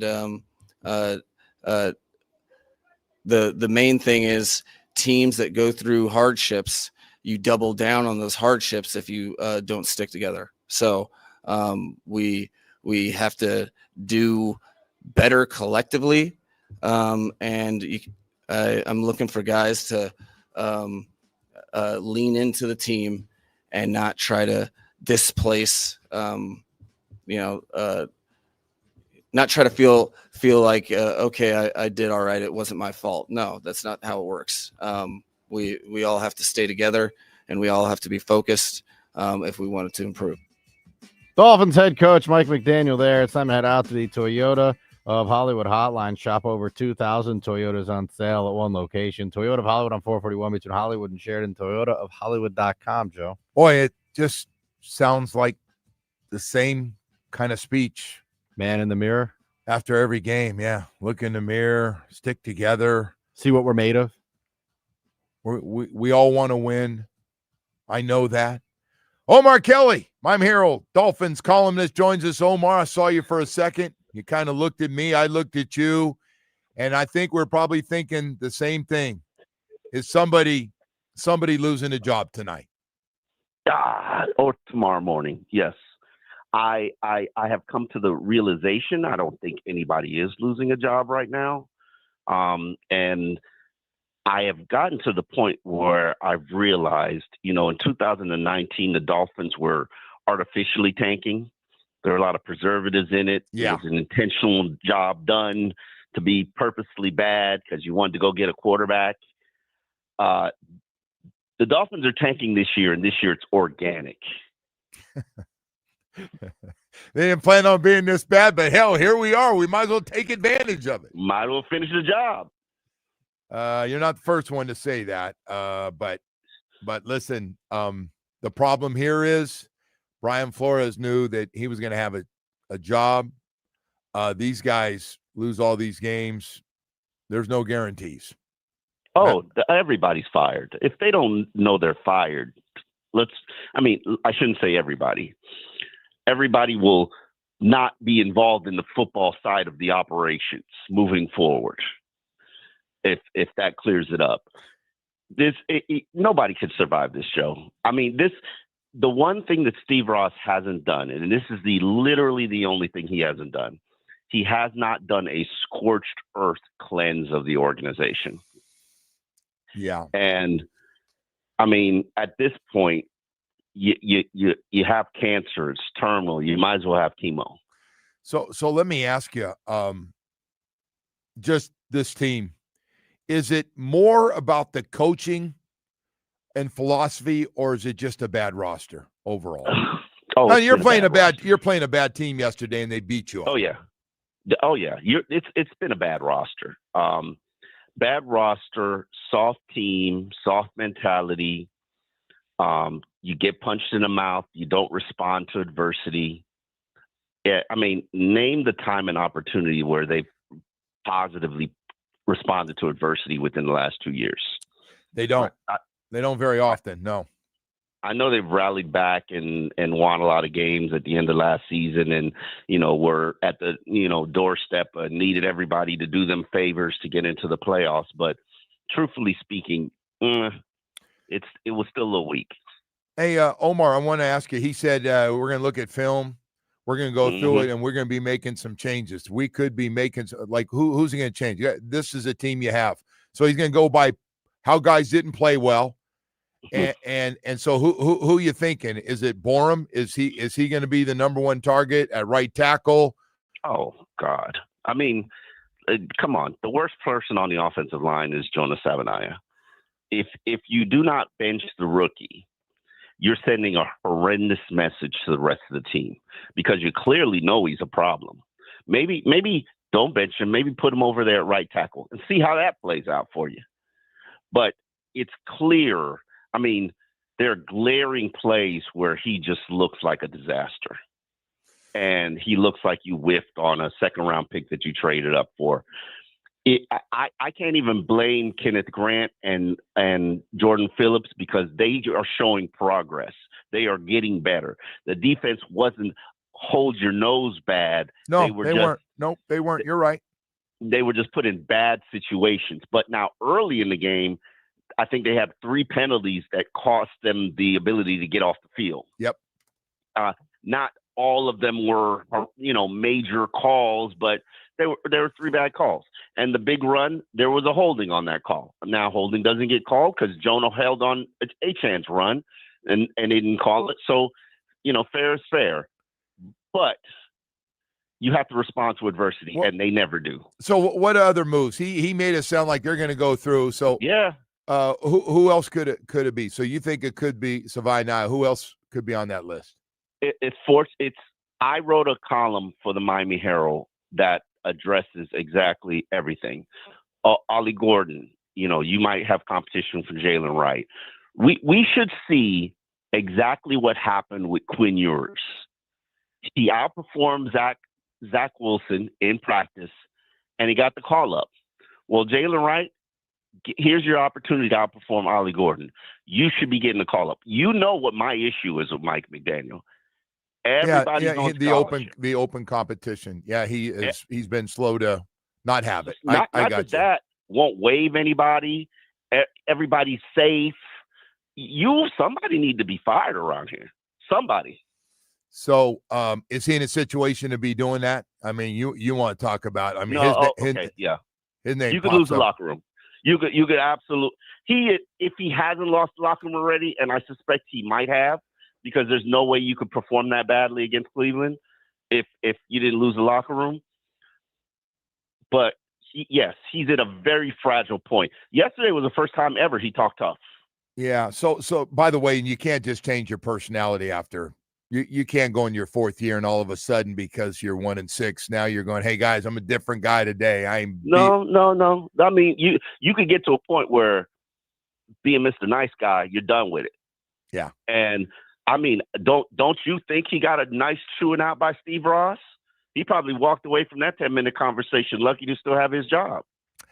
I'm guessing it wasn't pleasant, but he showed up today, and he's looking to take. Hey, by the way, the whole thing with Quinn Ewers over Zach Wilson yesterday, and Zach Wilson was the 3rd quarterback. You surprised by that? No, because there's no point in investing in Zach Wilson. And I understand I sound ridiculous when I say stop investing in Jonah Savaiinaea, because it's kind of there's no up to, at this point, you don't know if Keon Smith is better than Jonah at left guard. And I know one thing. I got a lot invested in my 2nd pick, and I moved up to get him. My ass is going to keep playing him. So, he's and I don't care about Keon Smith. He's a liability, Joe. So is Keon Smith. You're right, but I need to see what my options are.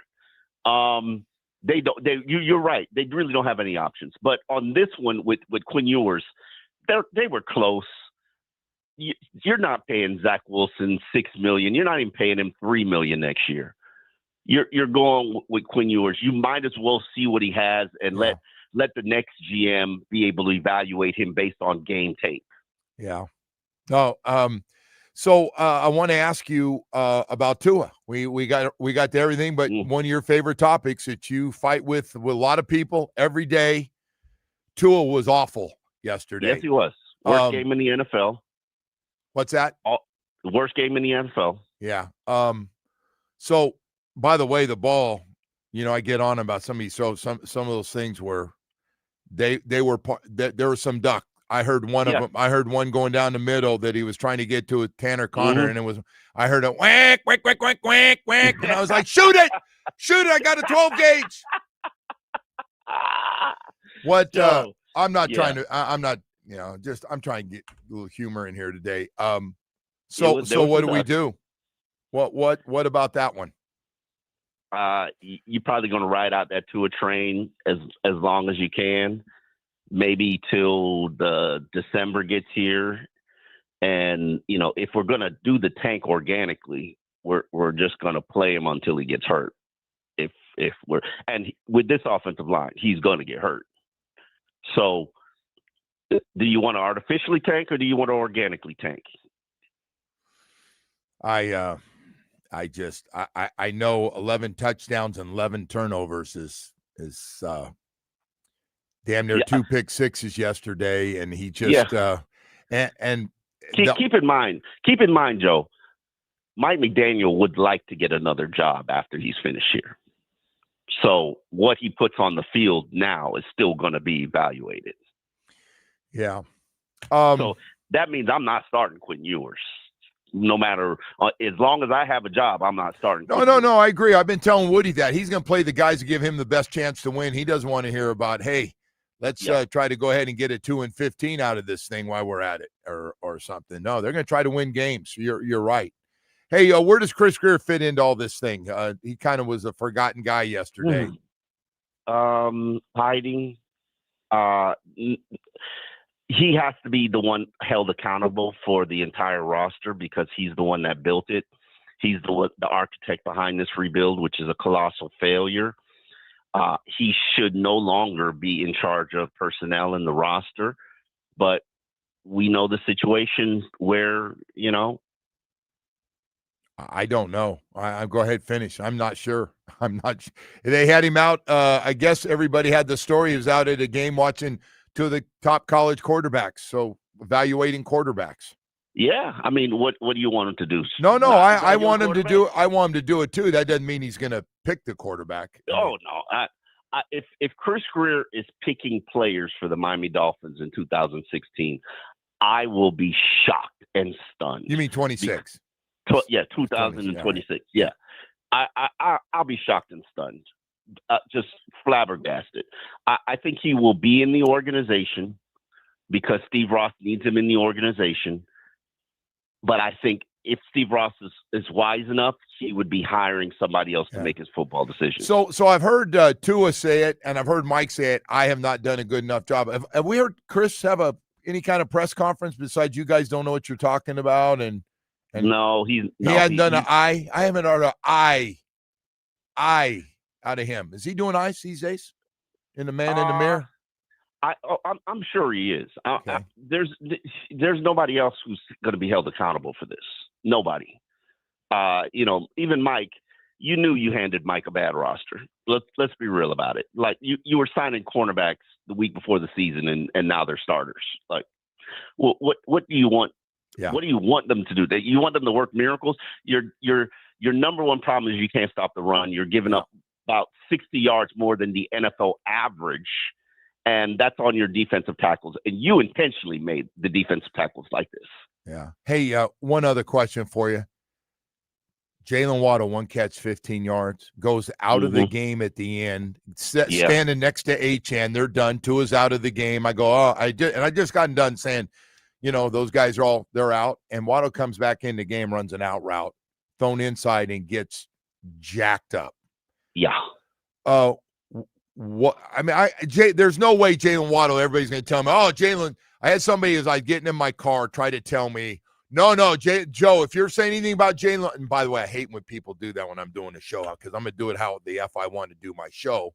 But they're going, hey, I want to let you know Jalen Waddle he's not upset about anything. I said, you tell me one guy that's a number one receiver. He got one catch for 15 yards and 4 targets, and the fourth one he had to come back in the game late with a rookie quarterback, and you're going to tell me he's just happy, joy? No, he wasn't happy. He wasn't joy. He didn't talk after the game. I why can't we give him the ball? Because everybody else gets the ball. Yeah. You're right. You're absolutely right. Might as well throw too deep at me now too. Especially when they don't have Darren Waller on the field. That's true. It was missed. There's 2 players to cover. And then Malik Washington, who's probably going to be in concussion protocol. Oh, he got jacked up. Yeah. What? No Darren Waller, no Malik Waller. You have 2 players on the field to cover. Okay, I put two people on both of them and tell you to beat me with Tanner Connor. By the way, I'm one guy that continues every day, every game is Devon Achane. I know we're getting him in situations. Sometimes you can't have success, but that 46-yard run and just some of the plays he makes, boy, has he turned out to be, just something positive out of this. He's clearly the best player on the team. Absolutely. No question about it. The type of talent that you probably want to build around. But right now, Joe, Chris Greer's phone should be ringing off the hook from people who want his players. And might have to are we aggressive in 2 weeks? 2 weeks from tomorrow, 4:00 deadline. Are we moving guys? Are we going, no, we're gonna play this out? Because we could be 1-8 at that trade deadline. I think this is a fire sale. For the right price, you can have just about everybody but Patrick Paul. Wow. For the right price, Joe. And if Chris Greer was wise, he'd be taking these phone calls and listening. Well, Chris Greer can't make these bold moves unless that's got to come from the very, very top up in Palm Beach County, the man that likes you. Who says he likes me? I don't know if he likes me. He's not talking to me anymore. But that means they like you when they don't. It's like a relationship. Sometimes when they're mad, they care a lot about you. I feel sorry for everybody in the organization, and that includes the players, even though they're doing a poor performance. They consistently talk about how well they're practicing. Okay, why does it? Why does it not translate on the field? I think these scout team players need to start whooping your tail. Yeah, because clearly they're not practicing hard enough against you. Yeah. Since you think you practice hard. We just blew up the format, man, because you got some good stuff today. And what do you got in the paper today? What are we going with here today before? Just to look at the possible changes that Mike McDaniel is promising that he's going to make. The man who never makes a change in his depth chart says he's making changes, Joe. All right. We haven't seen it in 4 years, but it's going to happen now. Yeah. Hey, Omar, thank you, man. I appreciate it. All right, guys. Omar Kelly, Miami Herald Dolphins columnist, joining us here this morning. We're going to just go ahead and take a little time out. We'll be right back.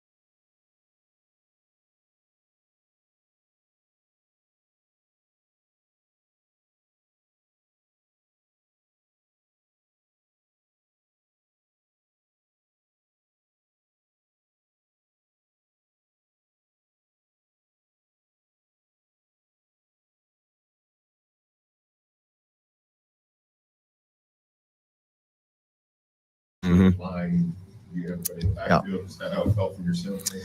Yeah, I would say just the execution aspect of it for us, speaking offensively, I think that was a big deal with us within the first half, and then kind of trickled its head in the second half as well. And then that's when the turnovers for me started to show up as well.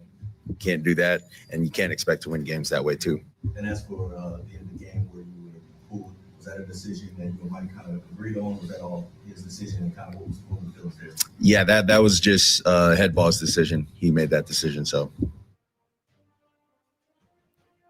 All right, that was Tua Tagovailoa talking about yesterday. A lot of people coming out saying that was the worst game Tua's ever played in a Dolphins uniform.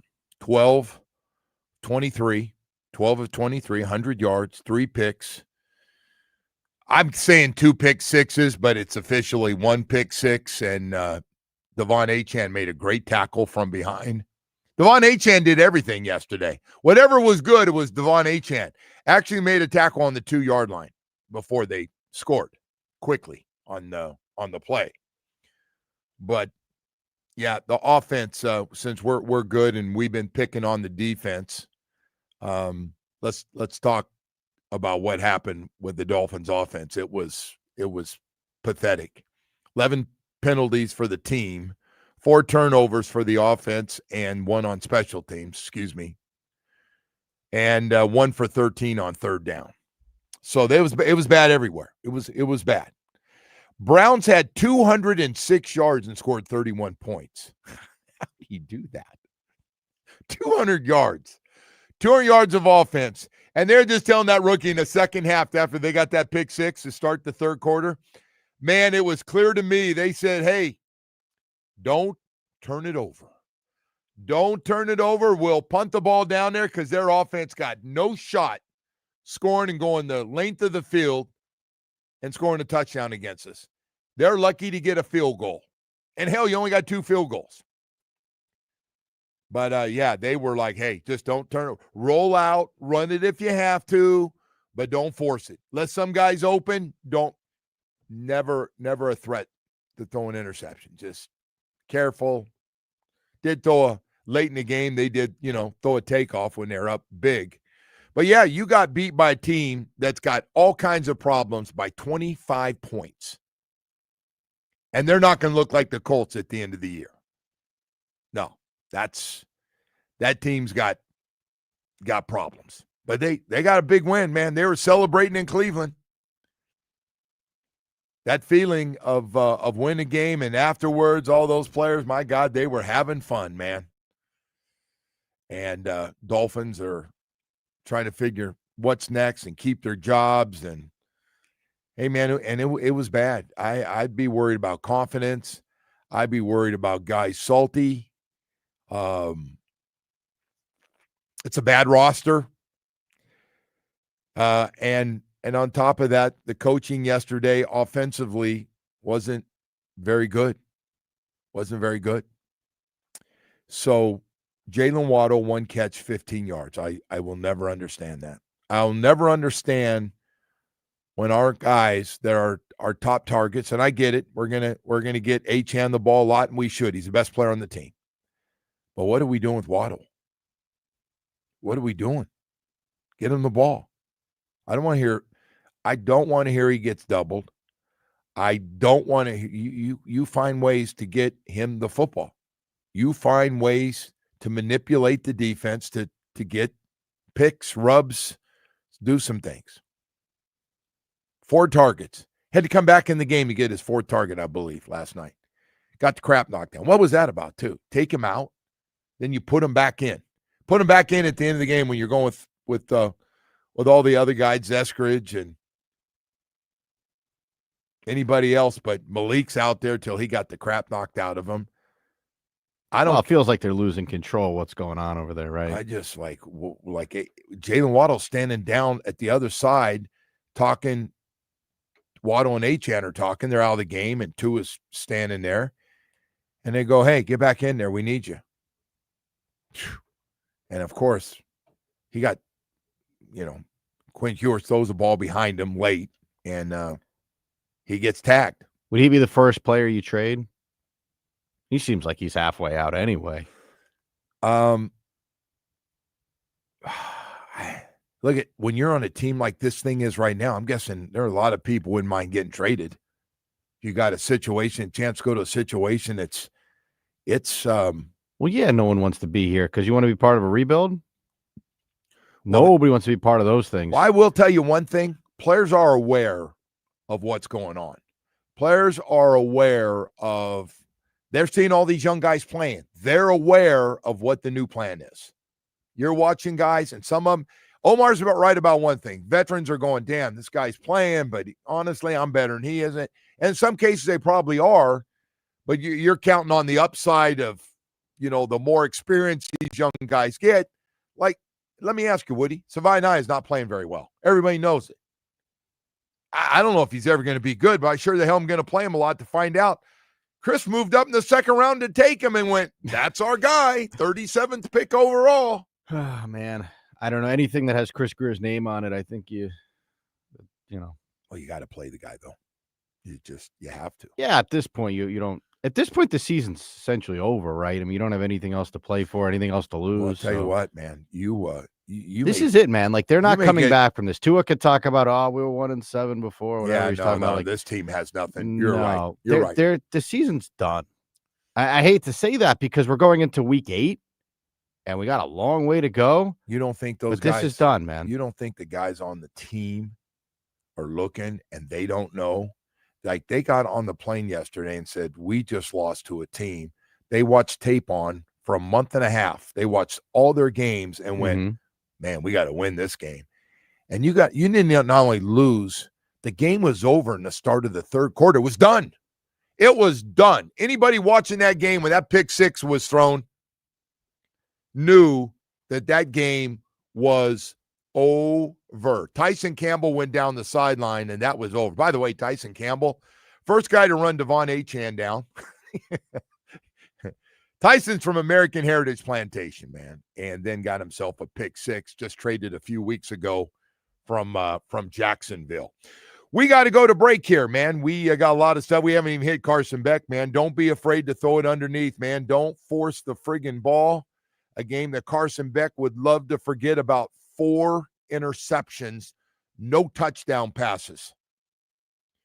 25-35 sounded good, except till you turn in those 4 picks.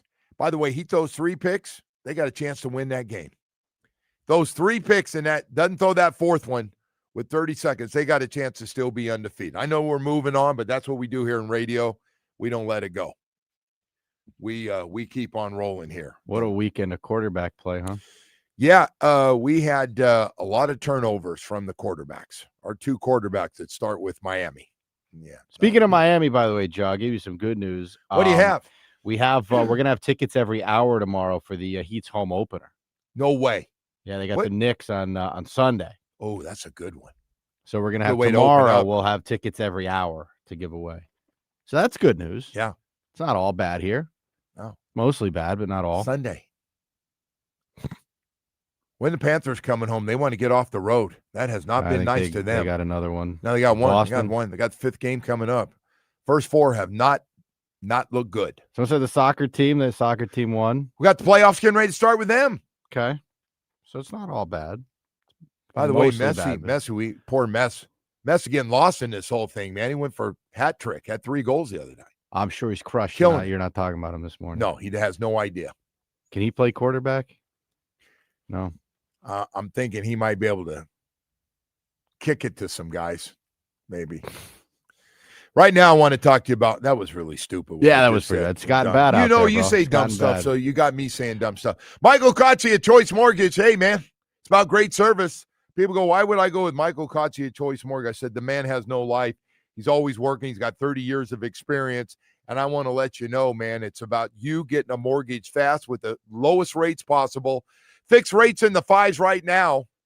And I want to let you know, whether you're a first-time home buyer, you want to get qualified real quickly, get all the paperwork done, Michael Kotze can get it done. Hell, he can get it done for you on the weekend while you're looking around for a place that you really want to get. Self-employed, been declined by the banks. Michael Kotze's got great programs for you. How about even getting credit card debt down? It's gotten out of control. These credit cards, man, up to 30% interest rates, high 20s. Man, it's killing you. That's right. Go to Google reviews on the web, Choice Mortgage Reviews, saying a lot of great things about Michael Koch at Choice Mortgage. How about debt consolidation, man? Debt consolidation is a big one. It's what Michael Kotze does, man, does fast for you. Half the time of the big banks. He has no life. The man's always working 7 days a week. Call or text him, 561-441-2730. That's 561-441-2730. MLS 166254. Rates and terms subject to change. David, without notice, he's an equal housing lender ready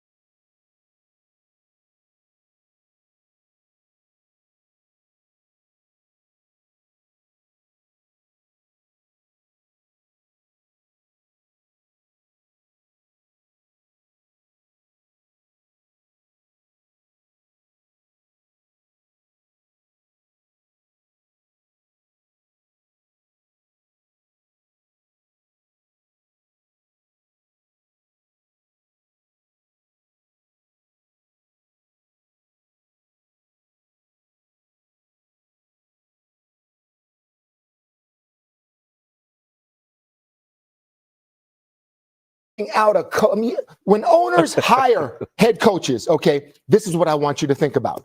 That's the voice, and that's the picture, and that's the man that your players will be seeing every single day at 8 in the morning, all the way to 6 when they leave. He speaks to them in front of them, at practice, in the meetings, all the time. You want that in front of your players?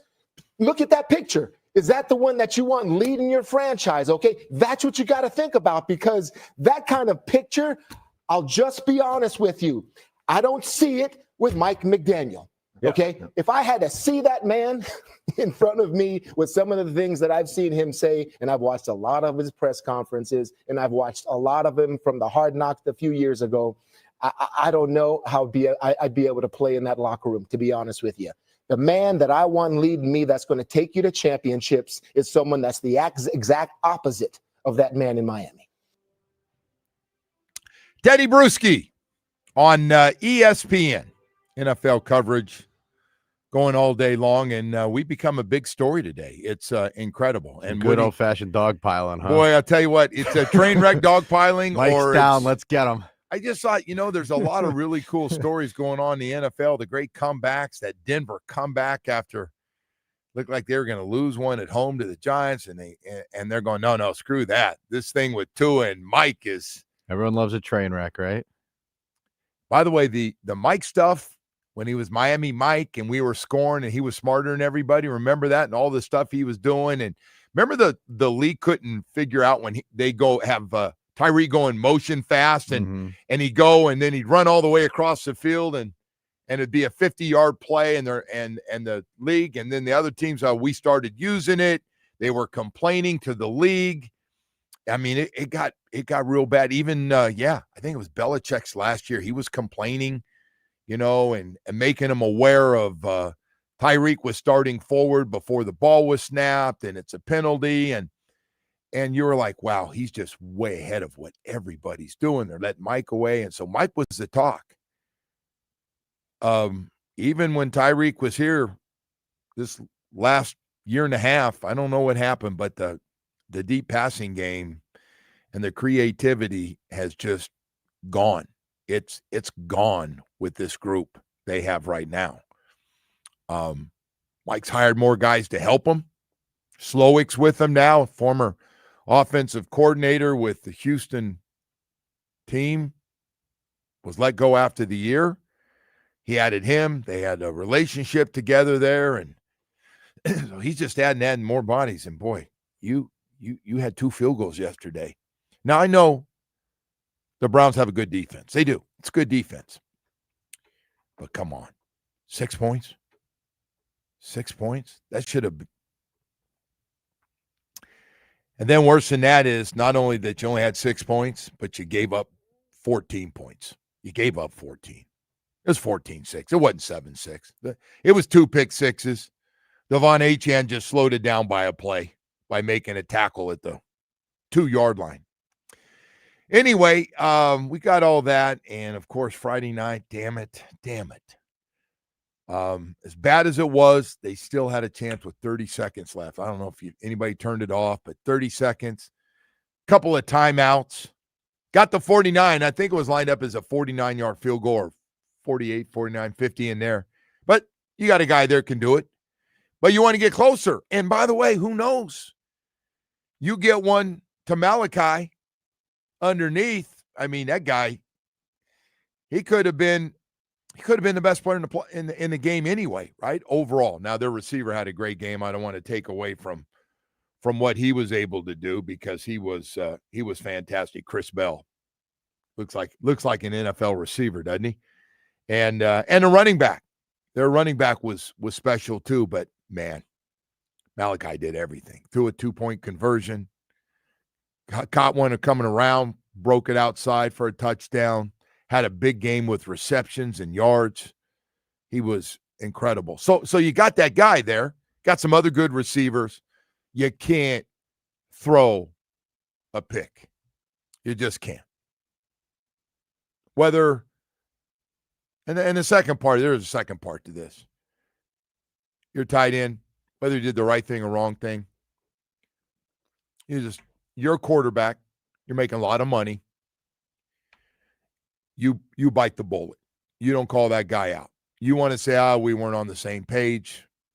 You want to say something kind of throwing it generically to both guys, you and the tight end. But you can't throw a guy under the bus. Can't do it. You might as well learn now because you can't do it at the next level. Call Tua. Just can't do it. You take it, and then when you get in film study, you guys can go over everything, and he can go, my bad, sorry about that. And you go, hey, no problem. We're going to get the rest of these games, and you move on. But you got to throw that on you. Nobody wants to hear about penalties. Nobody wants to hear about no running game. You take it. Just like Tua has to take it. You, as one of the highest paid quarterbacks in college football, you need to take it, and you need to be better, make better decisions. Now, it's not over. I'm a Carson Beck fan. I'm going to see how he bounces back now. And hopefully does a better job of reading coverages when you see safeties deep instead of trying to throw it or force it in. Just can't do it. And by the way, it's okay to throw it short, man. That short stuff moves chains. Clock runs the same way. You got a bunch of guys can catch the ball. You don't have to force it on deep plays. And I get it. Everybody wants to throw for 300. Everybody wants to throw for 4 touchdowns. But I'll tell you what, man, that Cardinals defense, that was a hell of a game plan because they made the plays. They made a bunch of them against them. Anyway, just a tough one. Tough one with quarterback play. Talking about Tua having his worst game. Omar said it. Bo said it after the game as well. And it was bad. I mean, I don't know. Wasn't sitting there about ranking how bad his games, have been. But that was bad. That was bad. 12 of 23. 100 yards. And I know Waller wasn't playing. We haven't talked about it, but Tyreek's done. And then the question for the coaches, that offensive coaching staff. And I don't want to hear it. By the way, nobody wants to hear their excuses either. Put them all up there together. Anybody's got coordinator, Frank Smith and all the rest of them. Hey, explain to me why Jalen Waddle got 4 targets. Please, I want to know. Got 1 catch, 15 yards. I don't know about you. And we were, listen, Achane did everything he could. Achane did everything he could. He was getting the crap knocked out of him. They know now every time he goes motion wide, it's going to be, it's going to be a outlet receiver or, you're going to try to get him the ball in space. And he broke another long one for 46. But we got to get some other guys involved in this offense, fellas. Got to be some things that other guys can do.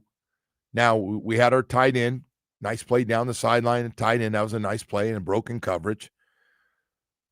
You're paying Waddle a lot of money. And I'm guessing he's not real happy. I'm guessing part of him wants to show everybody that he's a big-time receiver still. Whether he's a 1 or a 2, I don't know right now. The way we're using him, he's somewhere between a 2 and a 3. So, but I don't want to hear about double coverage. Every top receiver in the league that's playing gets targets. We get here and go, oh, couldn't throw it to him. He got doubled. Oh, no, they're played back, took him out of the game.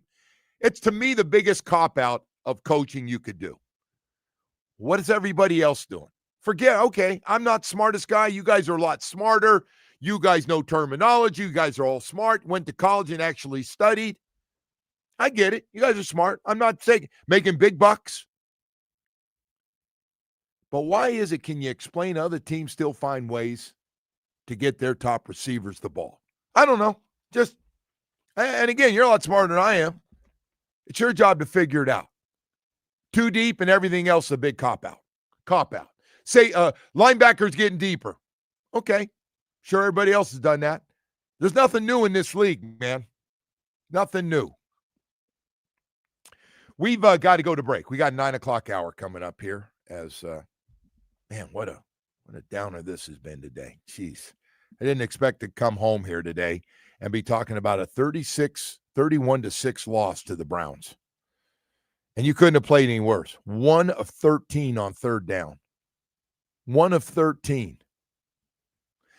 Baptist Health, South Florida. Man, I tell you what, it's great seeing those doctors on the road with us. They just, man, they're good at what they do. They really are. There's a reason Baptist Health, South Florida, that sports medicine program they put together is one of the best in the business anywhere in the country.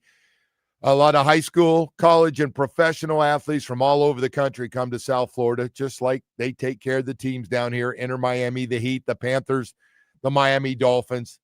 They got great doctors, great specialists, great team doctors. They're there all the time, sitting with them, spending some time with them on this trip. But doctors for every part of any kind of knee problem, shoulder, foot, and ankle, hand, back, hip, and knee replacement, Achilles injuries, all the injuries we go through. Let's be honest, when we're real active, you know the deal. The more active you are, the more opportunity there is for you to get injured. We got 3 great facilities: Doctors Hospital in Coral Gables, Hard Rock Stadium right next to the training facility, and 595 in Pine Island in Plantation. Just visit baptisthealth.net/ortho. One goal every day. One goal, just one. Getting you healthy, back out playing the sports you love the most.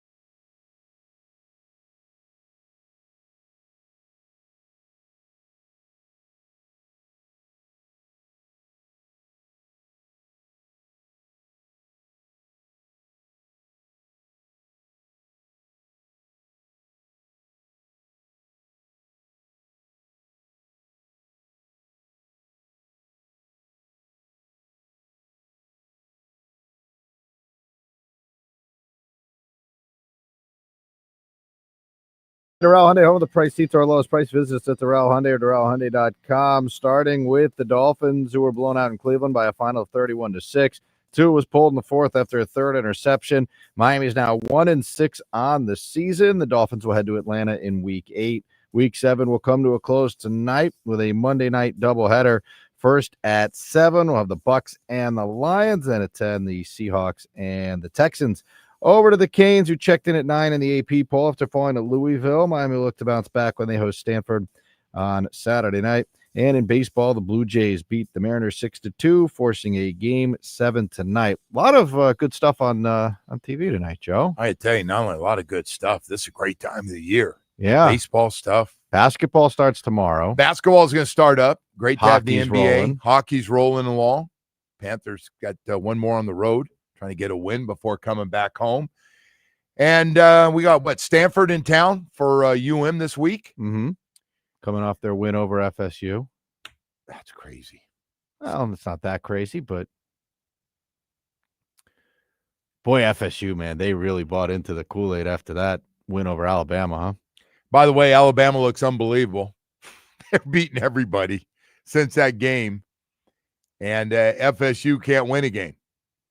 Crazy. I don't know. Every week FSU loses to a really crappy team. Alabama should just move the opposite direction in the rankings, man. Anyway. What a joke. All right. So, I'm sure Mike's wondering if he's going to be able to keep his job, but apparently it's a big buyout. It is $50 million, plus whoever else he's got to pay on his staff there, too. Ooh. They're going, he'll be fine. We've seen him before. He can turn it around. So. Well, FSU's going to the SEC, right? Isn't that that's what they've been saying? That was when they were undefeated. They talked all that trash and their board of trustees and they weren't having it. Now they're like, we'll take whatever we can get, please. It's fine. ACC should sue them, putting that crap product on the field. Hey, careful. That's not good for their business. Careful, man. Careful. This thing was supposed to be about Florida State and Miami. It hasn't been since they've both joined the party. So be careful. Oh, I see. Be careful, man. That's all. Just I still can't. Friday night was rough, man. It's like that. We talked about it so much that morning. It's not the same. One year has nothing to do with the other. They find ways to lose these games. It's amazing. So we were just like, man, it's just like, just look here. They're good here. They're good here. And you go, yeah, but if they turn it over 3 or 4 times. The interceptions were so surprising, though, because he was just launching the ball into coverage downfield. Like, I'm not sure what the game plan was, what he saw there. That's when he and the coach, his offensive coordinator and coach, Shannon Dawson, going to have to go over. They're going to have to spend a little time talking about that. And by the way, definitely need to be on the same page on that last throw. I mean, my God, you got – no, I don't know if he makes the kick or not. He's been clutch so far. You got a 49-yard field goal at worst. Mm-hmm. So you don't take a sack, number one. You got 2 timeouts, and you got 30 seconds. That's a lot of damn time. By the way, that first play, you throw anywhere on the field you want. If you feel like you can get 15 or 20, something inside, it's going to be wide open, you take it. If it's safe, you feel good.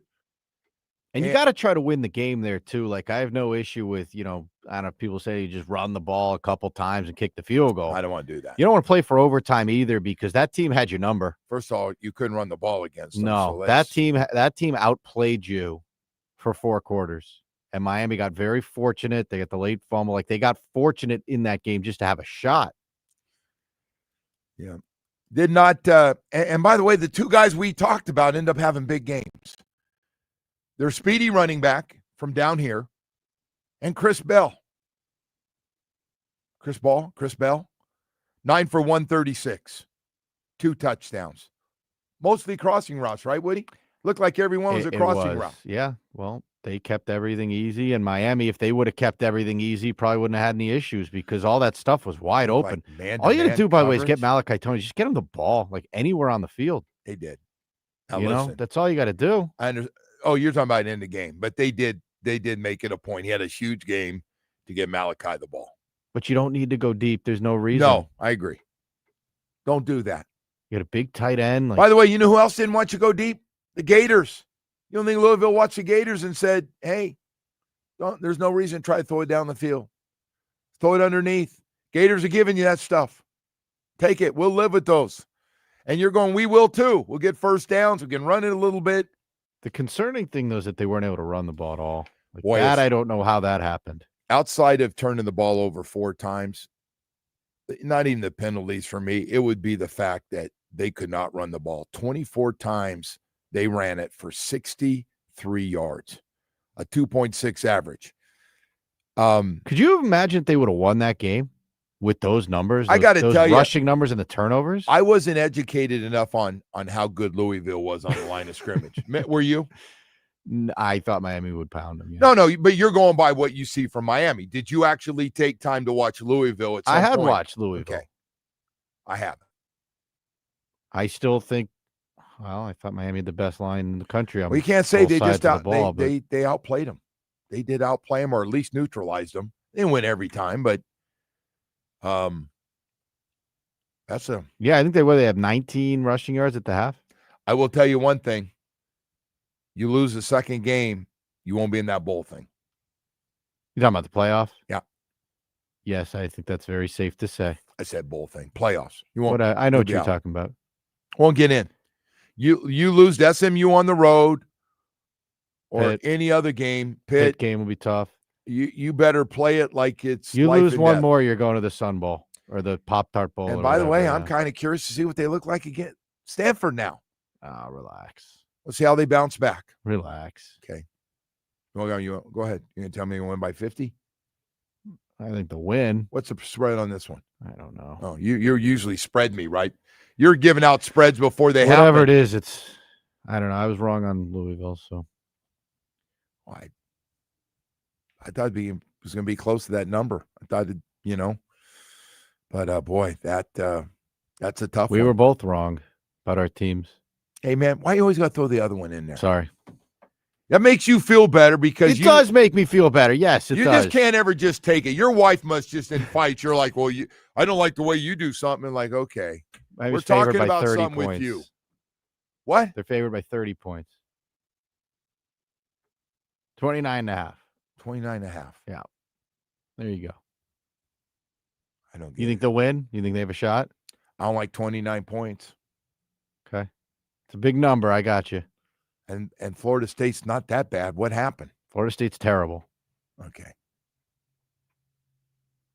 They're terrible with a one big win that didn't count because it was the first game of the year. You think they're good? Come on.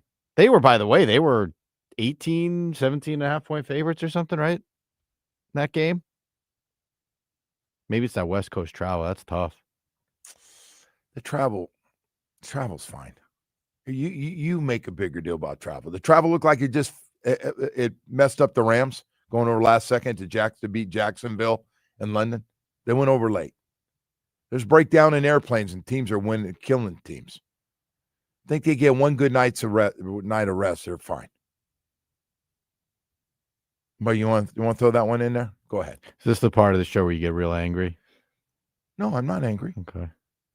No. You try hard. You made headlines last week for getting so angry. You were trending. You last pay week. attention to all that trending head. I do. You're into all well. that The stuff. problem was the people they misconstrued what you were saying. They thought you were calling Tua a name. You were directing it towards me. So that was funny. That was funny. Nothing funny about yesterday. Nothing funny. How'd the broadcast go? It's terrible. How can it be good when nothing's positive? Just asking. Nothing was positive. Well, you stopped the run. I shouldn't say that. It was good, that sort of stuff. Did they? Well, they did, except for the 46-yard run. They were pretty good. But, I think everybody's just – first of all, you're going to have people checking out on the Dolphins, which is a big problem, the biggest problem you have. And people want to see what's going to happen. I got people calling me that Stephen Ross doesn't care, which I say he does, but I understand you're watching the actions and you're thinking. Well, there were articles that would say differently too. I get it. It's fine. And, be careful, with everything going on there. I don't know. Someone on Twitter just sent to us, it's not Mike's fault. Vince Lombardi couldn't win with these scrubs. It's not a very good roster. Whoever wrote that. Their team is terrible. Not a very good roster. Not a very good roster, and a very slow developing rookie class. Very slow. By the way, did you see their rookie class yesterday? One made all the tackles in the middle of the field. This Swessinger, really good, out of UCLA, their middle linebacker. That's where we're at. We're comparing ourselves with the Browns. Their two running backs are both rookies, including the one that ran 46 yards for a touchdown. Oh, the Dolphins have Ollie Gordon. Mason Graham, and he didn't do much. He had a couple plays in there. You know, it was quiet for a lot of the game. Myles Garrett. And had a sack for a couple of games, but he got one yesterday. You knew he would. He got one. He ran a little game. We don't do very good on that offensive line when people start running games and delay blitzes in there. That just that throws us off a little bit. That's not a good one. So how do you think they fare this week? Not good. No? By the way, and the fact that the 49ers guy, they're going to come home. You think they'll be ticked off? I thought they're going to beat the 49ers. I was wrong about that. You're down on the 49ers, huh? They got so many guys hurt. I don't give them enough credit. I'm playing with a backup quarterback, although I don't know, maybe he's as good as the starting quarterback. Something about that system turns like mediocre quarterbacks into decent ones. Because I also don't think Brock Purdy is very good. He's done a lot of winning over there, I know, but that guy still does just enough to, and they're all close wins. They got a lot of guys out. They're like, hey, we don't want to hear about anybody. Yeah, they've been a very consistent franchise. They got one of the best middle linebackers out, and they've got Mr. Bose out, who's one of the best defensive linemen. He was sitting in a suite yesterday. With his leg in a cast. All right, Woody. It's tough out there, bro. It's tough out there right now. It's not. And by the way, as players know in the NFL, it's a cold business. So are other people in the organization going to find out it's a cold business too. By the way, they're taking this trip over this whole thing overseas here, huh? Show the world the Dolphin product. What do we got, a month? Is that what it is? It's like November? I don't know. The whole world needs to see this product. It's great. I'm one game at a time. I'm on one game at a time. You got to start planning that trip out, man. You have some fun over there, huh? I am. I'm going to go over there. I'm going to go over there and have fun. You see a soccer game? That's a good question. I don't know when their season is. I don't either. Probably not. Probably won't. Maybe we'll go watch them practice one day. Hey, can I watch you practice? Hey, I want to talk about somebody else that's pretty special. Mr. Anthony Caliendo. Hey, you tired of the stress? Tired of the headaches? Are you tired of just being tired every day? Maybe it's time to sell your business. It's something you've been talking about. You're going through some of those things we just talked about.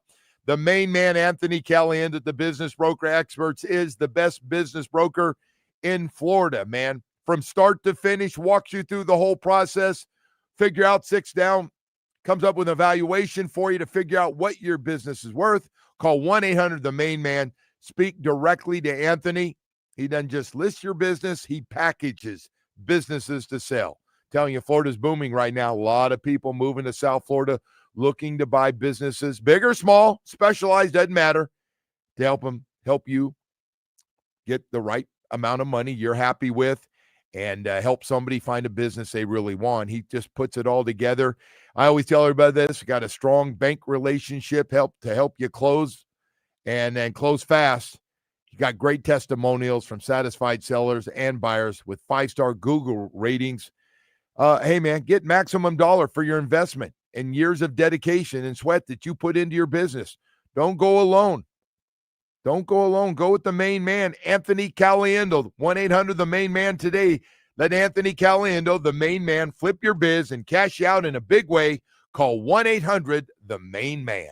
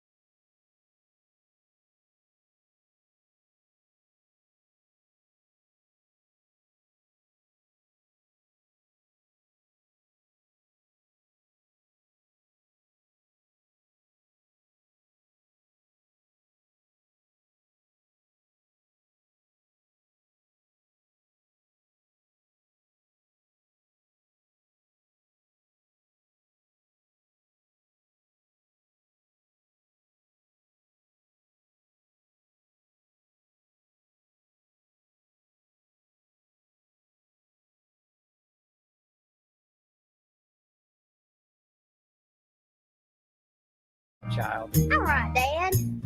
When I was young, my daddy turned on the TV. That's what my daddy did to me.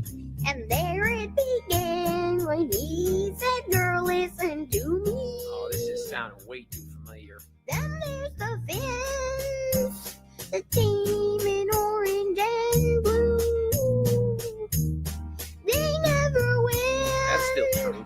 But love them just like I love you. Oh, man, sounds like it's happening all over again. But Daddy made me love the Dolphins. I'm sorry that he done such a thing, but it's my lot to love the Dolphins. Just don't expect no ring. Everybody now. Daddy made me love the. Come on, everybody. Many times I've asked myself why. It's my lot To love the Dolphins, although they made me cry. Come on, Robert Taylor, you're out there somewhere. Come on, man. Don't give up on us. I want to thank my brother-in-law and my nephew, now grown up, still laugh about it. They went in there drinking cold beers. My sister-in-law said, you got to stop letting the little guy drink beers and go in there. And they was doing it, and he was drinking. And so they put that together. And sure enough, we played in here. People tired of it, though? Is it getting old? I think people are tired of losing. Yeah. Whenever we play the song, it's never good, right? Like Never good. Yeah. Never a good thing. Kind of like these things being broken. I have on.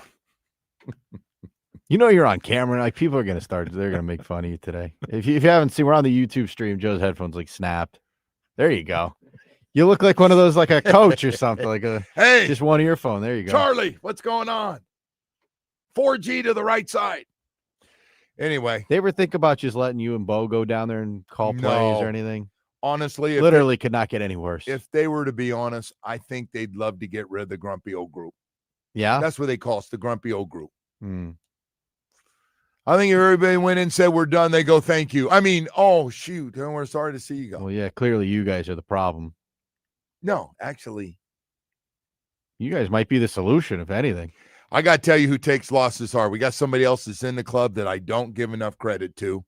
OJ McDuffie's been president of the club, and Yeah. you've seen Bo. Bo's like Yeah. on game day. He's just, well, what was that? What were you thinking on that one? You know, and stuff. But I just look forward to that CBS postgame show now because I want to hear him ask the questions in there. oh, it's great. I'm waiting for him to snap. And by the way, now the writers who don't ask questions are just using his stuff. It's easier. Like, well, Kim Yeah. Bocamper said. Is he close? Is he teetering on the edge like of snapping? Bo? Yeah. No. But Because I after- just got to say, like, I would like to see maybe on Thursday if we can jab him a little, see if we but can after- get him to snap. No, but after these games, but I want to add somebody else to that club. Nat Moore's taking this stuff Oh. real hard. Nat Moore and this losing. So I asked him yesterday on the bus. He was salty. We were talking about Mhm. we talk about everything after the games. We're sitting there in the bus. And somebody said to him, so Nat, like, you've done everything. Why you let this bother you? He goes, I hate losing. Most people do. I hate Fans By- are pissed, man. And by the way, Everyone's nobody pissed. said a word. He says, I hate losing. And this ain't working. Why don't you guys all arrange a game night or something after the Falcons game? You guys can go home and play cards or something, whatever. Anyway. QB1 that's, went home and enjoyed his evening. Why can't you? I don't know if the kids aren't the kids in bed by the time he got home last night. I don't know. What time did you get home? Get home late? I don't know. Yeah, we got home. well, we You got stick home around. later. Bo's got to fire off all those questions in the post-game press. You got to stick around, right? I don't think it was that. I saw the riders out in front there, and I was like, oh, boy, what's going on They inside? just let Bo take control of that thing, huh? It's don't have a lot of guys playing well. I don't know if it's more we don't have a lot of guys playing well. I don't know if it's a system we're running. I doubt. These guys have had systems that like this and it's worked, or we just don't have enough talent. Probably a lot of the third part. You said somebody texted that in, right, earlier about this talent on this team? Yeah, I think that's probably your number one problem right now. I think anytime you're adding a lot of guys during camp, during summer camp, not mini camp, summer camp, and the first thing they say is, man, we're just so glad we finally got a call. We're here, man. We're going to take advantage of this opportunity. It's not good.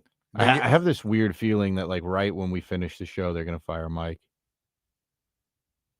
Why do you think that? Do you know something? No, do I know anything? Yeah, I called my source at the Dolphins. It's just like at some point you got to realize that this is getting very, very embarrassing to your brand.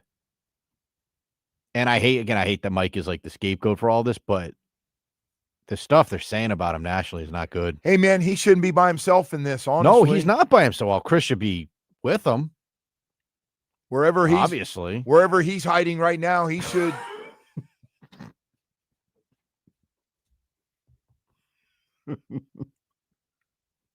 What do you want him to do? You want him to go do a press conference? Everybody so he can laugh at us. I'd just like to see, man, people that have put this organization in this situation, instead of Mike says it falls on me and, I got to do a better job. And, Mike always takes full responsibility. He doesn't throw it on anybody else. That, team's not playing well. It's at the end of the day, it's on me. I just think it's time the GM goes in there and does the same thing. Like, hey, I'm usually in here and I haven't done a good enough job with this team, what I put together. This on me. I've never heard Chris say that. I'd rather just see him go at this point than take ownership, but I just whatever it is, it's not working. That the Miami Dolphins are sitting here 1-6. This does not feel like any of the other years where these guys are talking about we're going to turn it around.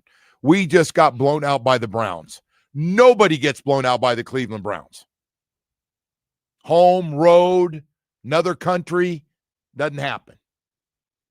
Anyway, we've got more stuff to get to here. I need to get some rest here today. You okay? Yeah, I'm all right. How'd Cleveland treat you? Great. Beautiful. Great. Food was great. Weather was okay? Weather was great. Okay. The day before was fantastic. Great, beautiful. Game day was okay, not too bad. Not game day. You can't mess up game days. Well, check that. Game days are fun to at least start because you try and figure out what's going to happen until your team plays like shit, and then you realize it's not very good. Hey, we've got Mario Cristobal, Hurricanes head coach, going to join us. We were so close. So close. We're going to have a lot more stuff to your get parting to here shot there on this shit show that we've done this morning. Close. It has just been a real bad one. I was going to do another one just to be a jerk. Mario Cristobal is coming up next. The Joe Rose Show.